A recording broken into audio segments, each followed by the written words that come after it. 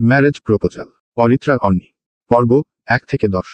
সকাল সকাল রান্নাঘর থেকে তাড়াহুড়ো করে বের হলো সায়রা।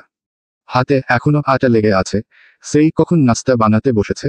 এদিকে আজকে তার চাকরির ইন্টারভিউ আছে, সময় মতো পৌঁছাতে হবে। সায়রাকে এমন করে রান্নাঘর থেকে বের হতে দেখে কোকিলা আর চোখে চেয়ে রইল। সায়রা সেদিকে তাকিয়ে ছোট করে বলল, আমি নাস্তা বানিয়ে দিয়েছি, আপনি চা গরম করে নিয়েন একটু। কেন, তুই কোন মহাভারত অশুদ্ধ করতে যাবি শুনি? সায়রা হাত ধুতে ধুতে বলল, ইন্টারভিউ আছে, সেখানে যাব। কোকিলা মুখখানা আবার কুঁচকে ফেললেন, যেন এই কথা শুনে সে মহাবিরক্ত। আবার ইন্টারভিউ? আর কত শুনি? এতগুলো তো দিলি, একটা ও তো হলো না চাকরি। অনার্স পড়ুয়া মেয়ের চাকরি পাওয়া কি এতই সহজ লাগে আপনার কাছে? আমি চেষ্টা তো করছি। কোকিলা ভেঙচি কাটল। রান্নাঘরের দিকে যেতে যেতে বলল, বছর ধরে শুধু চেষ্টাই করবে, আমাকে ধ্বংস করে শান্তি হবে এই মুখপুরের? সংসারটা চলে কিভাবে? বাপের পেনশনের টাকা কি ফুরাবে না? তারপর দেখব কেমন চাকরি পায়, সিয়ানা মেয়ে বিয়ে করবে না, চাকরি করবে। আমার হয়েছে জ্বালা। সায়রা সেসব শুনল নিজের ঘরে থেকেই। সে এখন তৈরি হবে, সময় কম হাতে। একবার বাবার ঘরও যাওয়া দরকার। দুই মহিলা ঔষধ ঠিক মতো দিয়েছে কিনা কে জানে। সায়রা তৈরি হলো, একটা কামিজ পরে ওড়না গলায় পেঁচিয়ে নিল, মুখে মাস্ক পরল, কাঁধে একটা পুরো ব্যাগ আর হাতে প্রয়োজনীয় কাগজ পেন নিয়ে রুম থেকে বের হলো। কোকিলা বেগম তখন বসার ঘরে বসে নাস্তা খাচ্ছে আর টিভিতে সিরিয়াল দেখছে। সায়রা সেদিকে থেকে চলল জব্বার সাহেবের ঘরে। তিনি সায়রার বাবা। গত 2 বছর যাবৎ প্যারালাইজ হয়ে বিছানায় পড়া, চলাচল করতে পারেন না। সায়রা গিয়ে দেখল তিনি ঘুমাচ্ছেন এখনো, তাই আর ডাকল না, বেরিয়ে এলো। কোকিলা বেগম যেন সায়রাকে দেখেও দেখছেন না। সায়রার কিছু টাকা দরকার, এখনো টিউশনির বেতনটা পায়নি। কিন্তু কোকিলা বেগমের এমন মুখ দেখে আর টাকা চাইতে ইচ্ছে করল না। বেরিয়ে গেল। গেটের সামনে আসতেই দেখল দিশা আসছে। সায়রার দিকে তাকিয়ে ও পাশ কাটিয়ে চলে গেল মেয়েটা বাড়ির ভেতরে। অবশ্য এসবে সায়রা তেমন কিছু মনে করে না। রোজকার কাহিনী, শত মা শত ভাই বোন, এরা আত্মার সাথে কি কথা বলবে? এই ত্রিকুলে বাবা ছাড়া তার আর কেউ নেই। মা তো সেই কবেই দুনিয়া ছেড়েছে। সায়রা সামনে হাঁটতে লাগলো। হাতে যে টাকা আছে এখান থেকে রিকশায় উঠলে সব শেষ। কিছুটা পথ হেঁটে গিয়ে সায়রা রিকশায় উঠল। হাতের ঘড়ির দিকে চেয়ে দেখল বেশি সময়ও নেই। আরেকদিকে রোদের তাপে শরীর ঝলসে যাওয়ার অবস্থা। ফাইলটা মাথার উপর ধরল যাতে একটু হলেও রোদ কম লাগে গায়ে। 15 মিনিটের মাথায় এই গন্তব্যে পৌঁছালো সায়রা। বিশাল এক অফিসের সামনে। এই অফিসের নাম সে অনেক শুনেছে। রিকশা থেকে নেমে ভাড়া মিটিয়ে দিয়ে সায়রা বড় গেটটা দিয়ে ঢুকল। সামনেই বড় বড় করে লেখা, SST এলিগান্স। বিশাল বড় বিল্ডিং দাঁড়িয়ে আছে। এটা কতলা হবে হিসেব নেই। সায়রা মনে মনে দোয়া পড়তে পড়তে ঢুকল, আজও যদি ফিরিয়ে দেয়। এর আগে ও বেশ কয়েক জায়গায় সে চাকরির জন্য ইন্টারভিউ দিয়েছে, কিন্তু চাকরি হয়নি। কারণ হিসেবে একটাই ধরা হয়, তার কোনো এক্সপেরিয়েন্স নেই। তার মধ্যে সায়রা চেয়েছে ফ্যাশন ডিজাইনার কোম্পানিগুলোতে চাকরি, কিন্তু সে বিষয়ে পড়াশোনা করে না। চেষ্টা করেছিল, তবে হুট করে জব্বার সাহেবের চাকরি চলে যায়, সাথে অসুস্থ হয়ে পড়ায় আর্থিক সমস্যার কারণে আর পড়া হয়নি। সায়রা একটা দীর্ঘশ্বাস ফেলল, এরপর চলে গেল ভেতরে। ইন্টারভিউ নেওয়া হবে টপ ফ্লোরে। লিফটের জন্য দাঁড়াতেই সায়রা হতবাক। কত মানুষ দাঁড়িয়ে আছে, বেশিরভাগই মেয়ে। কি মডার্ন ড্রেস পরে আছে এক একজন। সায়রা এদের মাঝে এসে একবার নিজেকে দেখল। কটনের সালোয়ার কামিজ পরনে, তাও নিজেই বানিয়েছে। হাতে একটা ঘড়ি, কাঁধে ব্যাগ, ফ্ল্যাট স্যান্ডেল। এসব ভাবতে ভাবতে লিফট এলো। মানুষ খালি হতেই দাঁড়িয়ে থাকা সকলে উঠল। সায়রা এক কোণে চুটি করে দাঁড়িয়ে রইল। আশেপাশের মেয়েরা এক এক রকম কথা বলছে। কেউ কেউ তো অফিসে বসু নিয়েও কথা বলছে। সায়রা কান খাড়া করে একটু শুনেও নিল। 10ম ফ্লোরে এসে লিফট থামল। সঙ্গে সঙ্গে সকলে তাড়াহুড়ো করে বের হয়ে গেল, যেন তাদের ট্রেন ছেড়ে দিচ্ছে। লিফটের সামনে দুজন মহিলার সাথে একজন হুইলচেয়ার বসে একজন বয়স্ক মহিলা ছিল। সায়রার আগে যে মেয়েটা বের হয়েছে সে তার হিল দিয়ে বয়স্ক মহিলার পায়ে পাড়া দিয়ে চলে গেছে। তিনি ব্যথায় কুকড়ে উঠেছে। সায়রা বিষয়টা খেয়াল করে দৌড়ে আসে। আপনি ব্যথা পেয়েছেন? পা লাল হয়ে গেছে। আন্টি একটু দেখুন না বরফ পান কিনা। পাশে দাঁড়িয়ে থাকা মহিলাকে উদ্দেশ্য করে বলে। সায়রা নিজের ব্যাগ থেকে পানির বোতল বের করল। মহিলাটার পায়ে ঢালতে লাগলো। আরেকটা মহিলা কোথা থেকে যেন বরফ নিয়ে এলো। সঙ্গে একটা ছেলেও এলো। মহিলার পায়ের দিকে চেয়েই ছেলেটা বলে উঠল, দাদি আপনি ঠিক আছেন? আমি তুর্য স্যারকে ডেকে আনছি। খবরদার নাফিস ওকে ডাকবি না, ও মিটিংয়ে আছে। আমার কিছু হয়নি। এই মেয়ে উঠো তুমি। শেষের কথাটা সায়রাকে এখানে একটা মলম লাগাবেন, ব্যথা কমে যাবে। এদিকে আয় তো মেয়ে। সায়রা এগিয়ে গেলেন। মহিলা ওর মাথায় হাত বুলিয়ে দিল। তুই তো ভারী মিষ্টি মেয়ে। মাশাল্লাহ। ওরে সায়রা মুচকি হাসল। পাশে থাকা ছেলেটা এবার কাকে যেন কল করলো। তখনই একজন কালো শার্ট পরিহিত লোক এলেন। দাদিকে নিয়ে এক্ষুনি হসপিটালে যাবে। স্যার এর মিটিং শেষ হলে আমরাও আসছি। বুঝেছ? জি স্যার। নাফিস, আমি এখন বাড়িতে যাব। পায়ে কিছু হয়নি তেমন। দাদি। নাফিস, আচ্ছা দাদিকে বাড়িতে পৌঁছে দাও। মহিলাটা সায়রার দিকে চেয়ে বিদায় নিল। সায়রা এবার ঘড়ি দেখল। অলরেডি 20 মিনিট দেরি হয়ে গেছে। সামনে থাকা ছেলেটাও চলে গেছে। এবার সায়রা গেল। এখানে এসে সায়রা আরো হতবাক, বিশাল বড় লাইন। অথচ সায়রা তো দেখেছে 10 থেকে 20 জন এমপ্লয় নেওয়া হবে। সায়রা হতাশ হচ্ছে। তবুও সে সিরিয়ালে দাঁড়ালো। একজন একজন করে ঢুকছে না। বেশি সময় নয়, কয়েক সেকেন্ড এরপরই বেরিয়ে আসছে। সায়রা বুঝল না এরা কি চেহারা দেখছে শুধু। তবুও বসল। ওয়েট করে করে সায়রার পালা এলো। সায়রার এই মুহূর্তে এসে বুক কাঁপছে। লিফটে যা শুনে এসেছে এই অফিসের বসের নামে। তবুও সায়রা ঢুকল। তার মুখে ঘাম। কপালে ও ঘামের সামনে থাকা চুলগুলো ভিজেছে। কেবিনের ভেতরে যেতেই মনে হলো শীতল হাওয়া এসে লাগলো শরীরে। সাথে খুব সুন্দর একটা ঘ্রাণ নাকে এসে লাগলো। সায়রা দেখল একটু আগে যাকে দেখে এলো বাইরে সে বসে আছে। সায়রা ভাবল এটাই হয়তো বসো। সে সালাম দিল। বসুন। সায়রা বসল। হাতের ফাইলটা এগিয়ে দিল। ছেলেটা সেটা নিল। ফাইলটা খুলল ও না। আগে বলল, আপনার নাম? জি, সায়রা আজমির। পড়াশোনা? অনার্স 3য় বর্ষে পড়ছি। জাহাঙ্গীরনগর বিশ্ববিদ্যালয়। Marketing department. কিন্তু এখানে তো। জি, আমি জানি এখানে ফ্যাশন ডিজাইনিং নিয়ে কাজ হয়। তবে এটা নিয়ে আমি কাজ করি। আপনারা চাইলে আমি কিছু স্যাম্পলও আপনাদের দেখাতে পারবো। জি, আপনি আসতে পারেন মিস সায়রা। সায়রা চেয়ে রইল ছেলেটার দিকে। যেন সে বুঝেনি। Sorry sir. আপনি তো আগেই এভাবে বলতে পারেন না।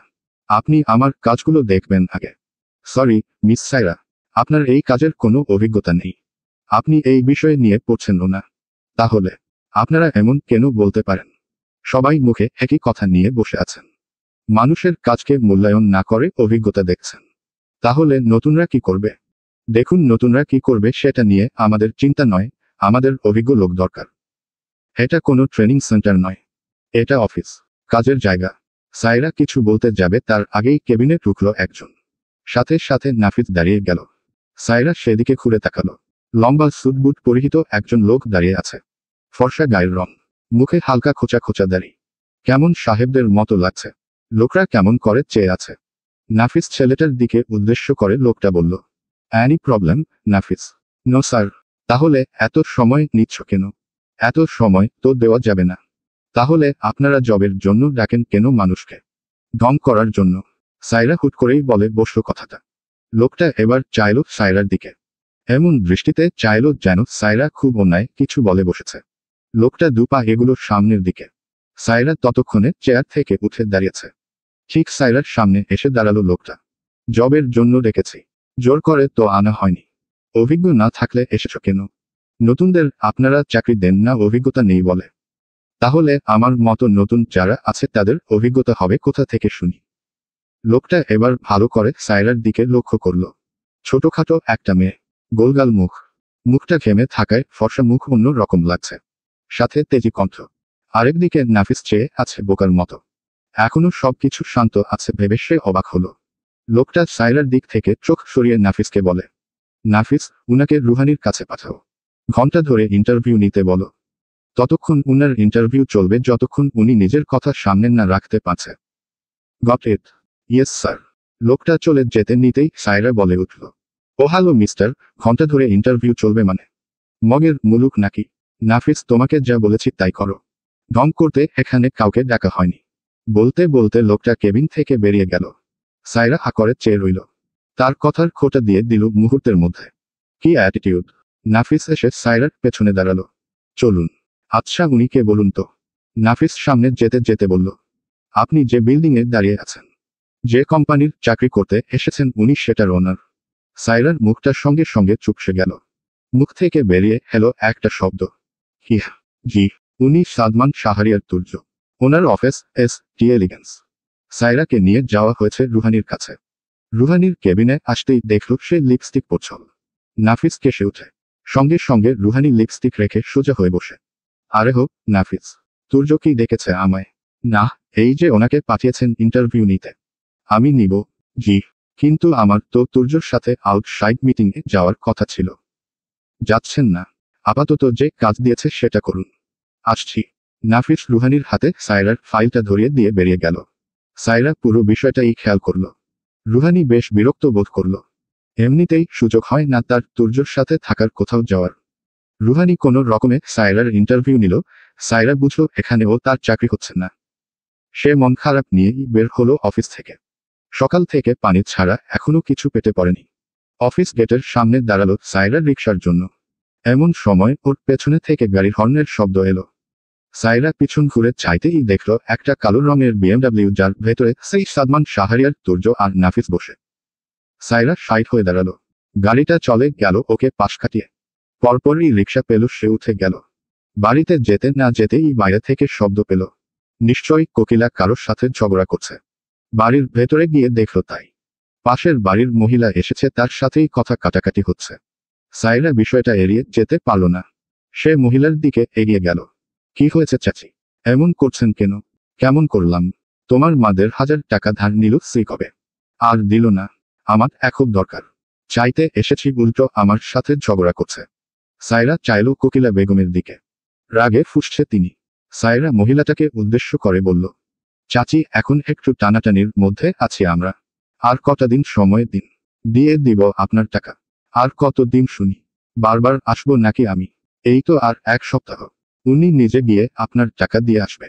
মহিলা চলে গেলেন। কোকিলা এবার এগিয়ে এলো সায়রার দিকে। উই মুখপুরি, ১ সপ্তাহ পরে টাকা পাবো কই? তোর বাপ তো বিছানায় শুয়ে থাকে। টাকাকে দিব শুনি। সায়রার ইচ্ছে করল মুখের উপর কিছু বলতে, কিন্তু বললে এই সমস্যার সৃষ্টি করবে এই মহিলা। সায়রার শাস্তি তার বাবা পাবে। এমনতে এই জব্বার সাহেবের জীবন কাটে অবহেলায়। কোন কপালের দোষে যে জব্বার সাহেব এই মহিলাকে বিয়ে করেছিল কে জানে। নিজের জীবনও শেষ করেছে, সাথে সায়রারও। টিউশনির বেতন পেলে আমি দিয়ে দিব। আর আমাকে মুখপুরি বলবেন না। নিজের কাজ করুন গিয়ে। সায়রা চলে গেল নিজের ঘরে। পেটে ইঁদুর দৌড়াদৌড়ি করছে। নিশ্চয়ই এখনো সকালের নাস্তা তার জন্য রেখে দেওয়া হয়নি। ঘরে গিয়ে জামা কাপড় পাল্টে সায়রা চুলে খোপা করতে করতে বের হয়ে রান্নাঘরে গেল। কোকিলা বেগম ডাল রান্না করছেন। সায়রার খিদে পেয়েছে খুব। ভাতের হাঁড়ি থেকে নিজেই ভাত তুলতে তুলতে বলল, আব্বুকে সকালের ঔষধ দিয়েছেন? খুব। সায়রা আর কিছু বলল না। ভাত প্লেটে নিয়ে তরকারির বাটির ঢাকনা খুলতেই দেখল ৪ টুকরো মাছ রান্না হয়েছে। ডাল এখনো চুলায়। সায়রা বুঝল ইচ্ছে করেই কোকিলা বেগম এমন করছে। সায়রা ভাতের প্লেট রেখে বলল, ডাল হয়ে গেলে ডাকবেন। আমি ঘর গোছাচ্ছি। খিদে পেট নিয়েই সায়রা ঘর গোছালো। ছোট বোন দিশা আর ছোট ভাই দিশান, এরা কোকিলার সন্তান। দিশাকে কোকিলা ঘরের কোনো কাজ করতে দেয় না। যত দেরি হোক বাড়ির রান্নার কাজটা ছাড়া সব কাজই সায়রা করে।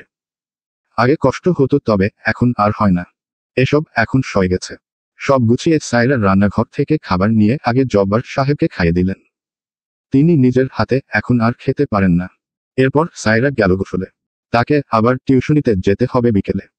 যাওয়ার আগেই কোকিলার রুমের সামনে দিয়ে যাওয়ার সময় দেখল দিশা কলেজ থেকে ফিরেই খেতে বসেছে। সায়রা আর দাঁড়ালো না। পরের থেকে আর কিসের আশা করবে সে? তার কপাল তো পুড়েছে বহু আগে। নাফিস গাড়ি চালাচ্ছে। পাশেই তুর্য বসে ল্যাপটপে কাজ করছে। কাজের বেলায় এক বিন্দু ছাড় নেই তার। নাফিস একটু পরপর তুর্যর দিকে তাকাচ্ছে। গোমরামুখ একটা লোক। এই জীবনে এই লোককে হাসতে দেখেনি নাফিস। এর সাথে থাকতে থাকতে নাফিস নিজেও এমন হয়ে যাচ্ছে। নাফিস অনেকটা সময় চুপ ছিল, এবার বলল, আজকের মিটিংয়ে নাকি রুহানি ম্যাডামকে নিয়ে যাওয়ার কথা ছিল স্যার। কে বলল এই কথা? রুহানি ম্যাম নিজেই বললেন। তুমি আজকাল রুহানির কথা কানে নিচ্ছ নাফিস? তোমার অধপতন দেখে খারাপ লাগলো। ওই সায়রা মেয়েটাকে নিয়ে গেলাম না, তখনই তো বলল আপনার সাথে যাওয়ার কথা। সায়রা? সায়রাকে? ওই যে ওই মেয়েটা। ওর নামই তো সায়রা বলল। ওহ, ওই ননসেন্স মেয়েটা। রুহানিকে বলেছিলে সব? ওকে যেন ঘন্টার পর ঘন্টা বসিয়ে রাখে। নাফিস এবার হাসল। ঘন্টার পর ঘন্টা? রুহানি ম্যাম তো তখনই ওই মেয়েকে ছেড়ে দিয়েছে।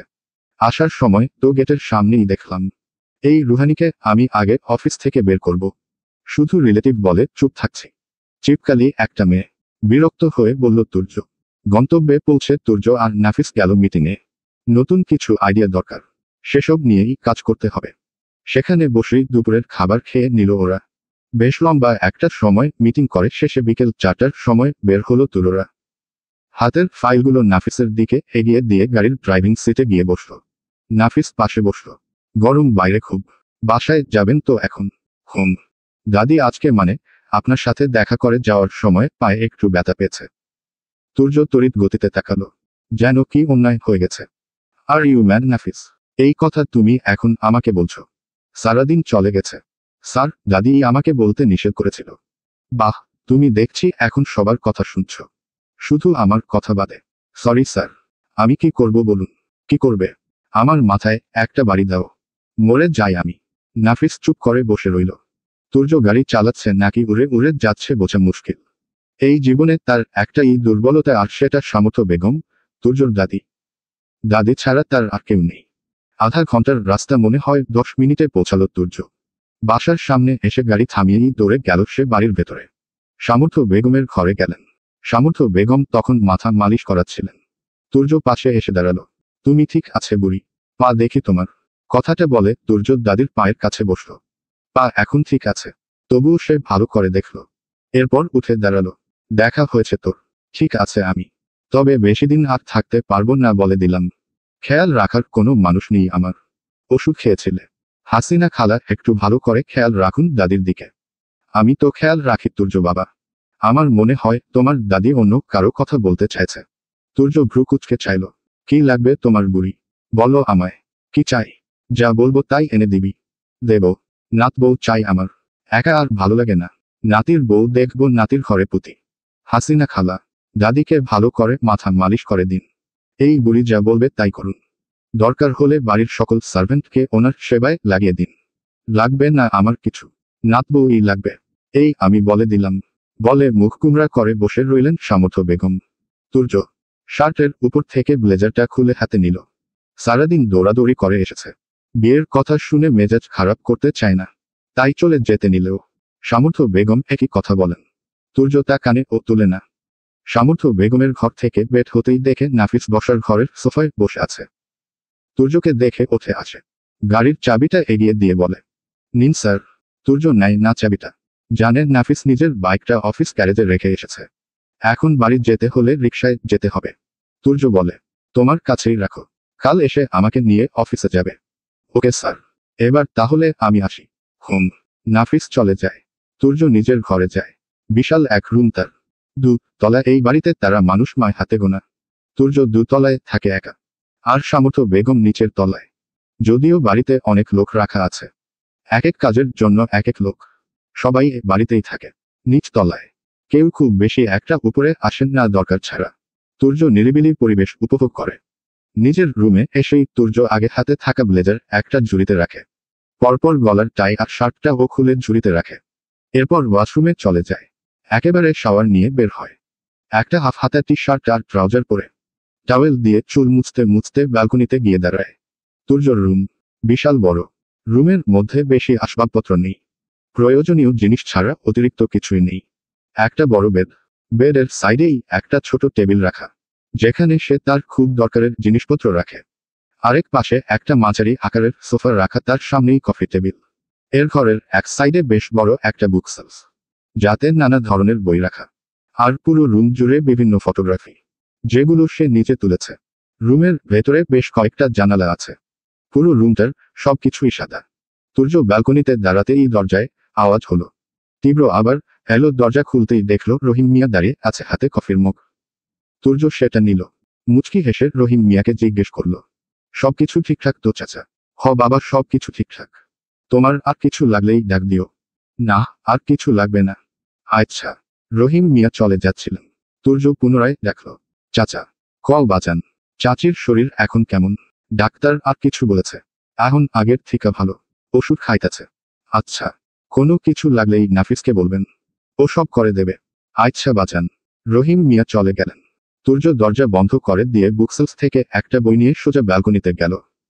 সেখানে একটা গোল টেবিল সাথে 2টো চেয়ার রাখা, বেতের তৈরি। টেবিলে কফিটা রেখে আরাম করে আসলো। এবার তার একান্ত সময় কাটানোর পালা। নিজের মন মতো একটা বই হাতে তার। দি পাওয়ার অফ নাও। এটি এমন একটি বই যা দুঃখ, উদ্বেগ, অতীত বা ভবিষ্যৎ নিয়ে অযথা চিন্তা থেকে মুক্তি পেতে সাহায্য করে। যা তুর্যর ভীষণ দরকার। বইটা পড়তে পড়তে তুর্য চোখ বন্ধ করলো, এমন মুহূর্তে ওর চোখের সামনে ভেসে উঠল কিছু অসহনীয় দৃশ্য, যা ভুলতে তুর্যর বছরের পর লেগে গেছে, কিন্তু আজও তা মনে পড়ে। যার জন্য আজ এই পৃথিবীতে সে একা, কেউ নেই তার। তুর্য সঙ্গে সঙ্গে চোখ খুলে ফেলল। শরীর ঘেমে উঠেছে। না, এসব সে ভাবতে চায় না, এই ট্রমা সে নিতে পারে না। বইটা রেখে দিয়ে উঠে গেল বিছানার দিকে। ঘুম দরকার, ভীষণ ঘুম দরকার তার। পর দুটো টিউশনি শেষ করে সায়রার ফিরতে ফিরতে সন্ধ্যা। তখন প্রায় অন্ধকারই থাকে। এমন সময় যাতায়াত করতে ও ভয় লাগে। এই শহরে রোজ কত কিছু হচ্ছে, বিশেষ করে মেয়েরা রাতের এই শহরে একেবারেই নিরাপদ নয়। তবুও তো চলতে হয় জীবনের তাগিদে। জীবন তো আর থেমে থাকবে না। সায়রা টিউশনি থেকে বের হয়ে কিছু সময় দাঁড়িয়ে রইল। এখান থেকে বাড়ি দূরে, রিকশায় যেতে হলে ভাড়া বেশি, লোকাল বাসে করে গেলে ও সমস্যা। পুরুষ মানুষের ভিড়, সব পুরুষ তো আর ভালো হয় না, কিছু কিছু কাপুরুষ হয়। সুযোগ পেলেই শরীরে ছোঁয়া দিয়ে ফেলবে। কি জঘন্য সে বিষয়, ভাবলেই গা শিউরে ওঠে।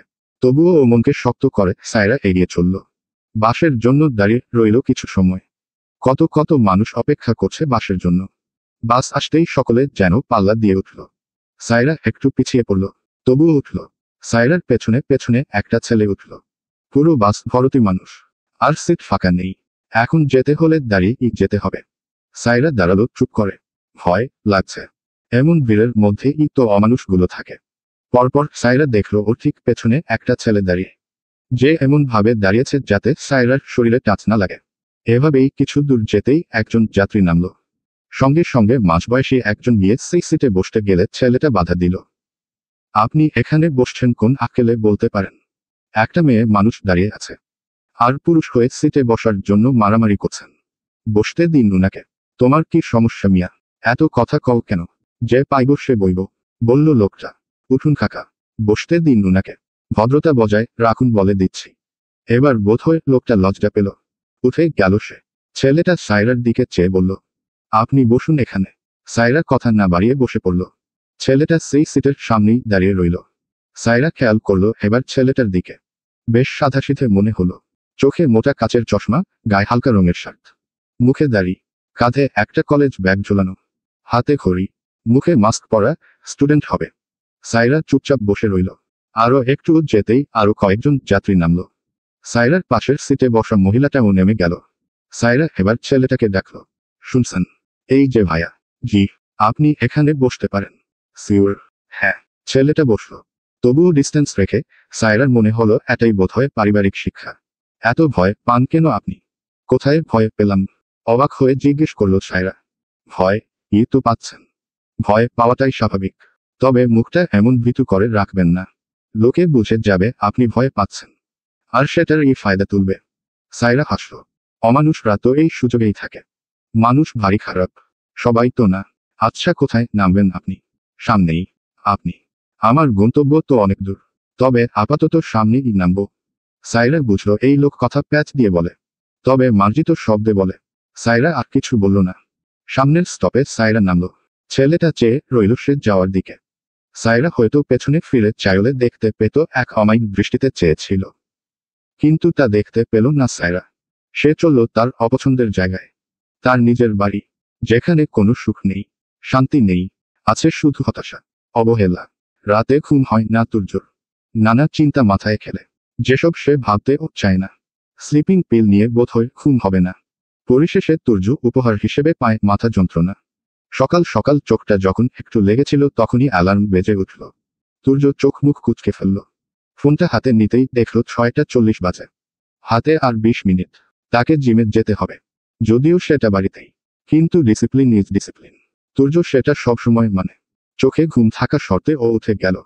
জিমের জন্য ঢিলা স্লিভলেস একটা টি শার্ট পরল। এক গ্লাস পানি খেয়ে গেল পাশের ঘরে। সেখানে জিমের সব কিছু রয়েছে। তুর্য নিজের দরকারি সব কিছু বাড়িতে করে নিয়েছে। সে বাইরে খুব কম বের হয়, একা জীবনই তার সঙ্গী। অফিস টু বাসা, আর মাঝে মাঝে কাজের প্রয়োজনে বিভিন্ন দেশে ট্রাভেল করতে হয়। 1 ঘন্টার সময় ধরে জিম করে তুর্য ঘেমে একাকার অবস্থা। চাওয়াল দিয়ে মুখ মুছে প্রোটিন শেকটা খেয়ে নিল। ফিটনেসের বেলায় কোনো ছাড় না। এরপর তুর্য বের হয়ে নিজের ঘরে গেল। শাওয়ার নিয়ে বের হতেই অফিস থেকে রুহানির কল এলো। তুর্য সেটা ধরল না। পরপর অফিসের ম্যানেজার রকিব কল করলে তুর্য সেটাই ধরল। কথা শেষ করে সে ওয়ার্ড্রবের সামনে এসে দাঁড়ালো। অনেকগুলো স্যুট সেট, তাতে বেশিরভাগই কালো। তুর্য কালো একটা স্যুট নিয়ে পরে নিল। আয়নার সামনে গিয়ে নিজেকে একবার দেখল। হাতে ঘড়িটা পরে ফোন আর ব্যাগ নিয়ে দরজা চাপিয়ে দিয়ে তুর্য বের হলো। নিচেই বিশাল এক ডাইনিং টেবিল। সেখানে বসে সামর্থ্য বেগম বসে আছে, সার্ভেন্টরা খাবার টেবিলে দিচ্ছে। তুর্য এসে সামর্থ্য বেগমের সামনের চেয়ারটায় বসতে বসতে বলল, গুড মর্নিং বুড়ি। কোনো গুড মর্নিং নেই, একা একা কিসের গুড মর্নিং? তুর্য আভোকাডো টোস্টে একটা বাইট দিয়ে রেখে দিল। সামর্থ্য বেগমের দিকে চেয়ে শান্ত কণ্ঠে বলল, আবার শুরু করলে? কি চাও তুমি বলো তো বুড়ি? নাতবউ ছাড়া? না, আমার নাতবউই চাই, অন্য কিছু না। তুর্য কিছু বলল না, সে খেতে লাগলো। এমন সময় নাফিস এসে ঢুকল। সামর্থ্য বেগমকে এসেই সালাম দিলেন। আপনার পায়ের এখন কি অবস্থা দাদি? কোনো অবস্থা নেই আমার, তোর স্যারকে বলে দে নাফিস আমার নাতবউ লাগবে। আমি আর একা থাকতে পারবো না। একা কোথায় আছো? এত মানুষও কম মনে হচ্ছে তোমার। চুপ থাক তুই, আমি যা বলেছি তাই হবে। তুর্য বাকি খাবার আর খেল না, উঠে বেরিয়ে গেল। পেছনে পেছনে নাফিসও গেল। তুর্য ততক্ষণে গাড়িতে উঠে বসে আছে। নাফিস গিয়ে ড্রাইভিং সিটে বসল। তুর্য আবার ল্যাপটপ নিয়ে বসেছে। কাজ করতে করতেই তুর্য বলে উঠল, কাল যে ইন্টারভিউ নেওয়া হলো সেটার কি খবর? সিলেক্ট করা হয়েছে লোক? জি স্যার, 40 জনকে সিলেক্ট করা হয়েছে। অভিজ্ঞ তো? আমি পরে কোনো ঝামেলা চাই না নাফিস। কোনো ঝামেলা হবে না স্যার, আমাদের এখন কাজের চাপ বেশি। কবে থেকে সকলকে জয়েন করতে বলবো? কাল থেকেই। আমার সমস্ত মিটিংয়ের শিডিউল বের করো, পরপর কাজ যেন হয়। জি। নাফিস মনে হলো আরো কিছু জিজ্ঞেস করতে চায়। বিষয়টা তুর্য খেয়াল করলো। আর কিছু জানতে চাচ্ছ নাফিস? না, বলতে চাইছিলাম দাদি যা বলছিল আপনি তা মেনে নিলেও পারেন। কোনটা মানব? বিয়ের বিষয়টা। এবার বিয়েটা করে নিলেই পারেন। দাদি একা থাকে। তখনই গাড়ি অফিসের সামনে এসে থামল।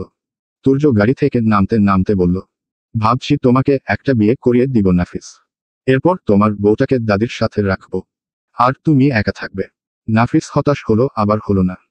এই লোকের সাথে সে 9 বছর যাবত আছে, হারে হারে চেনে সে, কি ওর দেবে সেটাও বোধহয় জানা নাফিসের। নাফিস গাড়ি পার্কিংয়ে রেখে চলল। তুর্য অফিসে আসলেই স্টাফদের মধ্যে একটা আতঙ্ক দেখা যায়। সবাই চুপচাপ নিজের কাজে মন দেয়। নড়তে ও যেন দ্বিধা। তুর্য সোজা হেঁটে চলে গেল নিজের কেবিনে।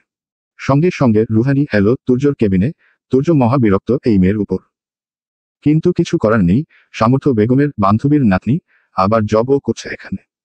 একসাথে পড়াশোনাও করেছে ওরা। ভদ্রতার খাতিরে তুর্য চুপ থাকে। রুহানি এসেই তুর্যর সামনে একটা ফাইল রাখল। এরপর দাঁড়িয়ে রইল। তুর্য ফাইল দেখছে মনোযোগ দিয়ে। রুহানি চেয়ে চেয়ে তুর্যকে দেখছে। তুর্য এবার মাথা তুলে চাইল, কাজ শেষ তো তোর? এখনো দাঁড়িয়ে আছিস কেন? তুই এত রুড কেন? তুর্য বলতে পারিস? না, পারি না। তোর কাজ শেষ, এবার আসতে পারিস। রুহানির যেন রাগ আরো বাড়ল। সে তুর্যকে ভালোবাসে, সেই কলেজ লাইফ থেকে কতবার বলেছে। কিন্তু তুর্য পাওয়া ও দেয়নি সেসবে। রুহানি তবুও ভালোবেসে যাচ্ছে। মাঝে মাঝে তুর্যর এমন আচরণ সে মেনে নিতে পারে না। তুই এমন কেন বলতো? কাল তো তোর আমাকে নিয়ে। Please Ruhani, don't spoil my mood. I don't like being disturbed during work. You can leave now. Ruhani আর দাঁড়ালো না, সোজা বেরিয়ে গেল। যাওয়ার পথে সামনে পড়ল নাফিস। রুহানি তাকে পাশ কাটিয়ে চলে গেল। নাফিস ভেতরে ঢুকে দেখল তুর্য তখন মনিটরে কিছু ডিজাইন দেখছে। নাফিস এসে তুর্যর পাশে দাঁড়ালো। সামনের মনিটরে বেশ নতুন কিছু ডিজাইন, যেগুলো বেশ কয়েকদিন যাবৎ চেষ্টা করে স্টাফরা বানিয়েছে। তুর্য একে একে সবগুলো ডিজাইন দেখল। পছন্দ হচ্ছে স্যার, এইগুলো করতে 1 মাস সময় লেগেছে। জাস্ট ভাবতে পারছি না, এত লেম ডিজাইন। আরও ইউনিক ডিজাইন চাচ্ছেন আপনি? অবশ্যই, বিশেষ করে মেয়েদের পোশাকে। ওটা হাইলাইট করবে বেশি, হাতের সময় খুব কম, ক্লায়েন্ট নিশ্চয়ই আমাদের মুখ দেখে ডিল করবেন না। তাহলে এখন করণীয় কি? তুর্য মনিটর বন্ধ করে দিল। হেঁটে কেবিনের সামনে গিয়ে দাঁড়ালো, যেখানে স্বচ্ছ কাচ আর বাইরে দেখা যাচ্ছে ব্যস্ত শহর। কাল সব স্টাফদের সাথে মিটিং রাখো, নতুনরাও থাকবে। ওকে, হয়ে যাবে। তুর্য আবার নিজের কাজে মন দিল। নাফিস বেরিয়ে এলো। ওর হয়েছে যত জ্বালা। নাফিস বের হয়ে একবার রুহানির কেবিনের দিকে গেল।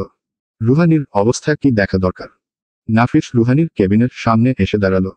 ভেতর থেকে কোনো আওয়াজ আসছে না, তার মানে চুপচাপ আছে। নাফিস চলে গেল নিজের কাছে। সন্ধ্যায় টিউশনি শেষ করে বের হলো সায়রা। এখনো কিছুটা সময় বাকি বাস আসতে। সায়রা হাঁটতে লাগলো একা একা। এরপর গিয়ে দাঁড়ালো বাসের জন্য। আজও সেই ভিড়, তবুও কষ্ট করে উঠল। আজ আর দাঁড়াতে হলো না। একটা মেয়ের পাশে সিট পেয়ে গেল।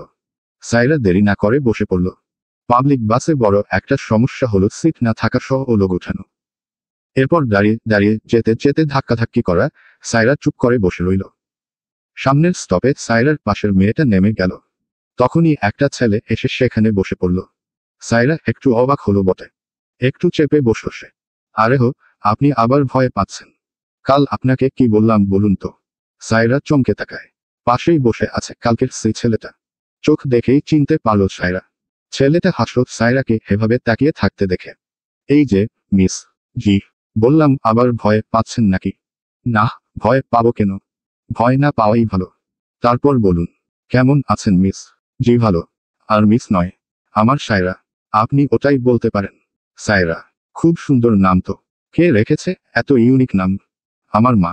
আচ্ছা, কোথায় যান এভাবে প্রতিদিন? সন্ধ্যা হয় টিউশনি করাতে। পরপর দুটো টিউশনি থাকে বিকেল থেকে, তাই ফিরতে সন্ধ্যা হয়ে যায়। ওহ, আর আপনি কোথায় যান? যাই কিছু একটা করতে। বলতে চাচ্ছেন না তাই তো? ছেলেটা এবার মুচকি হাসল। সায়রার দিকে চেয়ে বলল, আপনাকে দেখেই বোঝা যায় আপনি বুদ্ধিমতী। সায়রা হেসে ফেলল। বাকিটা রাস্তা তারা কথা বলতে বলতেই গেল। রাতে বাড়ি ফিরেই তুর্য মুখোমুখি হলো সামর্থ্য বেগমের। তিনি বোধ হয়ে তুর্যর জন্যই অপেক্ষা করছিল। তুর্য এসে সামর্থ্য বেগমের সামনে দাঁড়ালো। সারাদিন অফিস শেষ করে সে ক্লান্ত। তা চোখ মুখ দেখেই বোঝা যাচ্ছে। সামর্থ্য বেগম এক গাল হেসে তুর্য দিকে চেয়ে বললেন, আয় আয়, তোর আশায় বসেছিলাম আমি। কেন বুড়ি, মনে মনে আবার কোন মতলব করছো শুনি? ছি ছি, নিজের নাতিকে নিয়ে কেউ মতলব করে? সারাদিন তোকে পায় না, তুই কি করে বুঝবি আমার দুঃখ? তুর্য হালকা হাসল, হাতের ব্লেজারটা সোফায় রেখে হাঁটু গেড়ে বসে সামর্থ্য বেগমের হাতটা ধরল। সামর্থ্য বেগম নাতির চুলে হাত বুলিয়ে দিলেন। সময় পাই না বুড়ি, অনেক কাজ। চিন্তা করো না, কয়েকদিনের ছুটি নিয়ে তোমাকে নিয়ে ঘুরতে যাব। সত্যিই তো? সত্যি। সাথে নাত বউ থাকলে আরো ভালো হবে। শুন, তোর রুমে কতগুলো মেয়ের ছবি রাখা আছে, একটু দেখে নিস। তুর্য সঙ্গে সঙ্গে উঠে দাঁড়ালো। এই তোমার মতলব? আর কতবার বলবো বলো তো? আমার বিয়ের উপর কোনো ইন্টারেস্ট নেই। আমি কাজের বাইরে অন্য কিছু চিন্তা করতে পারি না। চিন্তা করতে হবে না। তুই একটা মেয়ে পছন্দ কর, বিয়ে করিয়ে বউ আনি। এরপর তোকে আর বিরক্ত করব না। আমার কোনো মেয়ে পছন্দ নেই। আর না হবে, তুমি চাইলে 100 মেয়ে এনে দিতে পারবো তোমার সেবার জন্য, কিন্তু বিয়ে করতে পারবো না। সরি। বলে তুর্য উপরে চলে গেল। সামর্থ্য বেগম গাল ফুলিয়ে বসে রইলেন। তিনি মহাবিরক্ত। মনে মনে ভাবলেন এবার কিছু একটা করে তুর্যর বিয়েটা তিনি দিয়েই ছাড়বে। সামর্থ্য বেগমের শরীরটাও ভালো যাচ্ছে না। বয়স হয়েছে তার, কিছু হলে তুর্য সম্পূর্ণ একা হয়ে যাবে। সে ছাড়া যে ওই হতভাগার আর কেউ নেই। সামর্থ্য বেগম একটু জোরেই বলে উঠলেন, এইবার আমি আর মানব না, এই আমি বলে দিলাম। বিয়ে তোকে করতেই হবে। তুর্য শুনল কথাগুলো, তবুও চলে গেল নিজের ঘরে। সারাদিনের কাজ শেষে এখন একটু ফ্রি সময় তার। লম্বা সময় ধরে শাওয়ার নিয়ে তুর্য বের হলো। বিছানার উপর রাখা ফোনটা বাজছে। সেটা হাতে নিতেই দেখল ইংল্যান্ড থেকে তার বন্ধুরা গ্রুপ কল করেছে। তুর্য নিজের পড়াশোনা সেখানেই শেষ করছে, তাই বাংলাদেশ তার তেমন বন্ধু নেই। সেখানেই কিছু বাঙালি বন্ধু হয়েছিল, এখনো আছে। তুর্য কলটা ধরল। কথা বলতে বলতে বিছানায় বসে পড়ল। কথা শেষ করে উঠতে যাবে তখনই চোখে পড়ল কতগুলো ছবি রাখা। তুর্যর এসবের উপর কোনো ইন্টারেস্ট নেই। সে ছবিগুলো একটা ড্রয়ারে নিয়ে রেখে দিল। এরপর নিজের কাজে মন দিল। বাড়ি ফিরে আজ তেমন ঝামেলা পোহাতে হয়নি সায়রাকে। কোকিলা বেগম অসুস্থ হয়ে পড়েছে বিকেল থেকে, তাই এখন সে নিজের ঘর থেকে বের ও হতে পারবে না, সায়রাকে চার কথা শোনাতেও পারবে না। কিন্তু সায়রার কপালে সুখ বেশি সময় রইল না। দিশা এসে হাজির। মেয়েটা একটু অন্য ধাঁচের। সায়রাকে দিশা পছন্দ করে না। সায়রার ও তাতে কিছু যায় আসে না। দিশা এসে কি জানে নিয়ে আবার চলে গেছে। পরের দিন সকাল সকাল সায়রা অফিসে যাওয়ার জন্য তৈরি হলো। রাতেই মেসেজ এসেছে জয়েনিং এর। খুশিতে নিজে একা একাই নাচেছে সায়রা। অবশেষে হলো চাকরিটা তার। সায়রা সকালের নাস্তা পর্যন্ত করল না। কোকিলা বেগমের শরীর ভালো নেই, সামনে পড়লেন নানা কথা শোনাবে। রিকশা নিয়ে অফিসে এসে পৌঁছালো।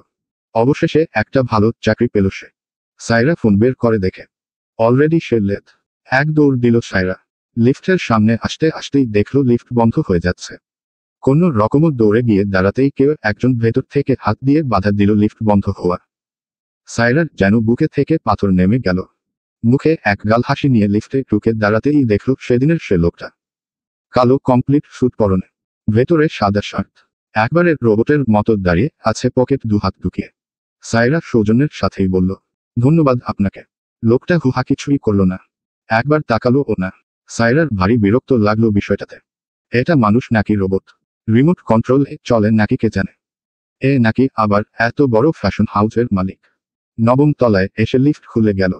লোকটা গটগট করে বেরিয়ে গেল। পিছনে পিছনে সায়রাও বের হলো। সায়রা এসেই দেখল তার মতো আরো অনেক মানুষ এসেছে।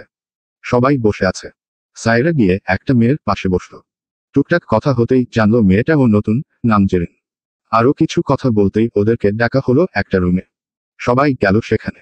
এলটা বসার রুম, বড় একটা টেবিল সাথে চেয়ার, সামনেই মনিটরিং করা। এসব হাই ফাই জায়গায় এমনই হয়, এগুলো সে টিভিতে দেখল। একজন এসে সবাইকে বসতে বলল। সবাই সবার মতো বসল।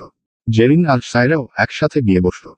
তখনই রুমেটায় ঢুকলো কয়েকজন একসাথে। সবাই তাদের দেখে দাঁড়িয়ে গেল। সায়রা চেয়ে রইল শুধু কাঙ্ক্ষিত একজনের দিকে। মানুষটার অ্যাটিটিউডই ভিন্ন, কেমন গোমরা মুখ টাইপ। সবাইকে বসতে বলো। লোকটা আগে নিজের পরিচয় দিল। Let me introduce myself before we begin. I am Salman Shahriar Turjo. I may not know all of you yet, but I'm sure we'll get to know each other as we continue working together. So, let's start today's seminar. Saira দেখল তুর্যকে। এখানে বসা সকলের নজর এখন তার দিকে। তুর্য নিজের মতো করে বলে যাচ্ছে। সকলে মনোযোগ দিয়ে শুনছে। সায়রা তো একেবারে সিরিয়াস হয়ে বসেছে। অনেক কষ্টে এই চাকরি মিলেছে। আর যেই বসো এদিক ওদিক হলেই কি করে বসে কে জানে। সেমিনার শেষে তুর্য বেরিয়ে গেল। নাফিস সবাইকে জয়েনিং লেটার জমা দিয়ে আইডি কার্ড নিয়ে যেতে বলে। চলে যেতেই শুরু হলো কানাঘুষা। সায়রা একটু অবাকই হলো। এরা সবাই তুর্যকে নিয়ে গসিপ করছে। বিষয়গুলো এমন যে, ইস বসকে দেখেছিস, এও কিউট। আরেকজন বলে উঠল, আমি তো প্রেমেই পড়ে গেছি। সায়রা এসব শুনে হতবাক। এমন গোমরামুখ মানুষ দেখে কেউ প্রেমে পড়তে পারে? আর প্রেমে কি মানুষ এত সহজে পড়ে যায় নাকি? আজকাল প্রেম ও সস্তা হয়ে গেছে। সায়রা আর জেরিন বের হলো একসাথে কথা বলতে বলতে। এই সায়রা শুনলে ওই মেয়েগুলোর কথা। স্যার কিন্তু আসলেই সুন্দর কি বলো? সায়রা জেরিনের দিকে চেয়ে হতাশ কণ্ঠে বলল, তুমিও জেরিন? আর মানুষ পেলে না? ওই পেঁচার মতো মুখওয়ালা লোককে তোমাদের ভালো লাগছে? কোথায়? তোমার চোখে কি সমস্যা সায়রা? এত কিউট একটা ছেলেকে তুমি এভাবে বললে? আহারে, থাক আর বলবো না। এবার চলো অফিসটা ঘুরে দেখি একটু। চলো। তুর্য ভীষণ ব্যস্ত। দেশের বাহির থেকে লোক আসবে। নতুন ডিজাইন দরকার তার। নতুন যারা আছে তাদের উপর ভরসা করতে পারছে না পুরোপুরি। রেপুটেশন নষ্ট হওয়া যাবে না। তাই জরুরি মিটিং শেষ করে আবার বের হলো আরেক মিটিং এর জন্য। সাথে রুহানি বের হতে গিয়ে গেটের সামনে এসেই ধাক্কা লাগলো কারোর সাথে। কে কাকে ধাক্কা দিয়েছে বোঝা মুশকিল। থেমে গেল তুর্য। ফ্লোরে পড়েছে মেয়েটা। তুর্য ফিরে এসে তাড়াহুড়ো করে হাঁটু গেড়ে বসে সায়রার যেসব জিনিস পড়েছে তুলতে লাগলো। I am sorry miss. Turjo তাকালো মেয়েটার মুখের দিকে। সঙ্গে সঙ্গে হার্টবিট ফাস্ট হলো। থমকে গেল সবকিছু। তখনই সায়রার কর্কশ গলায় বলে উঠল, আপনি আমাকে ইচ্ছে করে ধাক্কা মেরেছেন তাই না? আমার সব কিছু ফেলে দিয়েছেন। তুর্য ঘুষে ফিরল। এই মেয়ের গলার স্বর এত উঁচু কেন? কানটা বোধ হয়ে শেষ। What nonsense. ইচ্ছে করে কেন ধাক্কা মারব? তুমি চোখে দেখতে পাও না? আমি তো হেঁটে যাচ্ছিলাম। সায়রা নাক ফুলালো। সে চোখে দেখতে পায় না নাকি এই লোক আজ বুঝিয়ে ছাড়বে? কি আমি চোখে দেখতে পাই না? নাকি আপনি শ্বাসের মতো হেঁটে যাচ্ছেন? যেন এসব কিছুর মালিক আপনি। আবার আমাকে বলে আমি ননসেন্স। তুর্য হা করে চেয়ে আছে। রুহানি গিয়েছিল একটা ফাইল আনতে। মাই এসেছে।